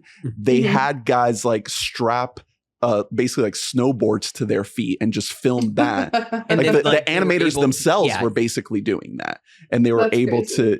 to animate their own movement in a way that feels not like a duplicate of what a real guy doing that movement is, but what it would be like in this world, and all Right. those little motions. And you know, you can go down a whole rabbit hole of how that type of work created all these paths for development of technology in the past 30 years. Like there's robotics companies that use the work that Pixar did on Toy Story to train their robots to move. So it's pretty crazy. It really That's is a thing amazing. where it's not an overstatement to say like that that Toy Story, the original 1995 film, should be said in the same breath as something like Wizard of Oz, as something like Citizen Kane, as something like Lawrence of Arabia, because of its impact that it had on cinema and kind of the world at large. Like you're saying, like this whole world of computer graphics and what you can do with computer technology went on to educate so many other fields outside of entertainment that it's masterful. And then to go on top of it, it's like the tightest fucking script Heartfelt. imaginable, and it's not just a movie that you just watch. It's not like watching Citizen Kane in your film class and being like, this is very important. Like, Right. it's also It has just an heart. entertaining banger. Yeah, like it Yeah. also has the heart. It also has all of the emotional. Any beats. final thoughts on Toy Story, Kami? Anything you haven't said? Any takes you haven't gotten off? Final thoughts. Just a beautiful piece that is, I think it's special to us because we grew with it, you know, like it has like visited us in each phase of our life. And with this 5th one coming out, I'm hopeful. you 4 know, was so good. I think that's what Disney really does so beautifully, is that it almost checks in with you. Like as you're living your life, it reminds you of like to slow down, to like be nice to your childhood self, and also to, you know, laugh and enjoy a movie sometimes, and also like it'll hit you in the face with some tears inevitably. So it takes you on a wild ride while like the comforts of childhood are there. And I love this whole series. Like 1 through 4, I think, are all on my top Pixar lists. And just happy to be here, and ultimately, you know, happy it's bringing me together with you, Ernie. and your friends. Aww. Oh my god, look at that. Love you. Love you Any- too. Any final thoughts, boys? Yeah, I think we've said pretty much everything. I love this done. movie so much. We didn't talk so much about Toy Story 2. It's also a banger. These movies are so important, and I am like I'm always very nervous whenever there's a new one. I felt It's your anxiety baby. before This 3 is came your- out. this I is felt your baby. anxiety before 4 came out. They haven't let me down yet. Disney has been a little bit rockier in recent years, so that is one little bit of hesitation I have for Toy Story 5. But like, here's the thing. I hope that it is in good hands, because I think that like this is the one thing that like this is the one property that the higher ups are just like, we cannot fuck this up. We cannot release a lesser product of this. So Final thoughts, Drew? Obviously, the value more than others. Sorry, right. Turning Red. Aw, Turning Red's good. Turning Red's a good movie, but I mean they fucking dumped down Disney Plus. Yeah. Drew, It's great. better than Shrek? Perhaps. Mm. It's better than Jerry Maguire, I'll tell you that much. Whoa, Hey, whoa. coming up. Whoa. All right. The technology used in Jerry Maguire is used by NASA now. I actually have more Wow. questions about the logic of Jerry Maguire's world than I do about the logic of the toys world. Sure Like, thing. why is my boy getting shorted on his We'll contract get from to the it. Arizona Cardinals? We'll get to it. Rod Thank- Tidwell deserves a max NFL contract, is what I'm saying. I'm a sports agent. Dude, should we have? We need to do a Randy Newman series, but just have where would Randy Newman? Hey, man, this What's song the, is what's the banger. Randy Newman song in this movie? That's our new That's- segment. that's a new segment. Thank you, Kami, for No coming on problem. the show and guesting Yeah, on this yeah. episode. This one, I think, was a little bit more structured than our last time we had you on. Oh my Listen, god! You think so? I might have tried to derail, but Hunter had some Well, we points love- he wanted to hit, and I was happy to go on the Thank journey. you. Also, We So- love a good tangent. It's also funny because people listening to this one are like, "This one's more structured." It's like you're talking about which Survivor characters were like a different movie, not even related to Toy Story. But it is Oh, way man. more structured than the last one. Anything you want to let the people know? You are now a Brooklyn, New York resident. Yeah, so big things happening. If you want to catch my 2 minutes of fame, watch Mean Girl Murders on HBO Max. You might see my face. Wait, is this out? Is this coming? It's out. Season 2, episode 6. I'm there. How come this is the Ooh. first time I'm hearing about this? You have not told me this Because until right It now. is literally like 5 seconds, so it's like kind of sad to be like, "Hey, friends and family, watch me for 5 seconds." But you know, it's there. It's there. My face is on HBO Max. so Did you that's get an kinda fun. IMDb credit? Yeah. Hell sure. yeah! Let's There we fucking go. Let's fucking go. go. Oh, That's and awesome. Follow me on Instagram, Camila.Calderon, if you want to see my face every now and then. Beautiful. Thank you so much for coming on. Yeah, love you. good to Love see Toy guys. Story. And thank you all for listening and watching. Please rate, review, subscribe, like, and comment. Let us know your thoughts on Toy Story. Check out weboughtamic.net to get every episode in your email inbox. Join us on patreon.com/weboughtamic if you want to support this podcast. Thank you to all the donors who are so generous. We really appreciate it.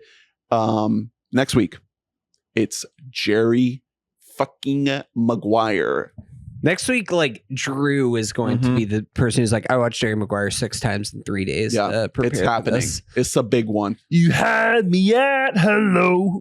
And then beyond that, a little mid-year draft, mid-year check-in on 2024 so far, our favorite things. So stick around. Thanks again, Kami. Yeah. We'll see you next time. Sorry if I seem checked out for the end here. I've been watching the trailer for Sausage Party Foodtopia on mute on my computer. So should we do a commentary like episode by episode next? It looks worse than Toy Story, like animation wise. It's crazy. So funny. Bye. Bye. Bye.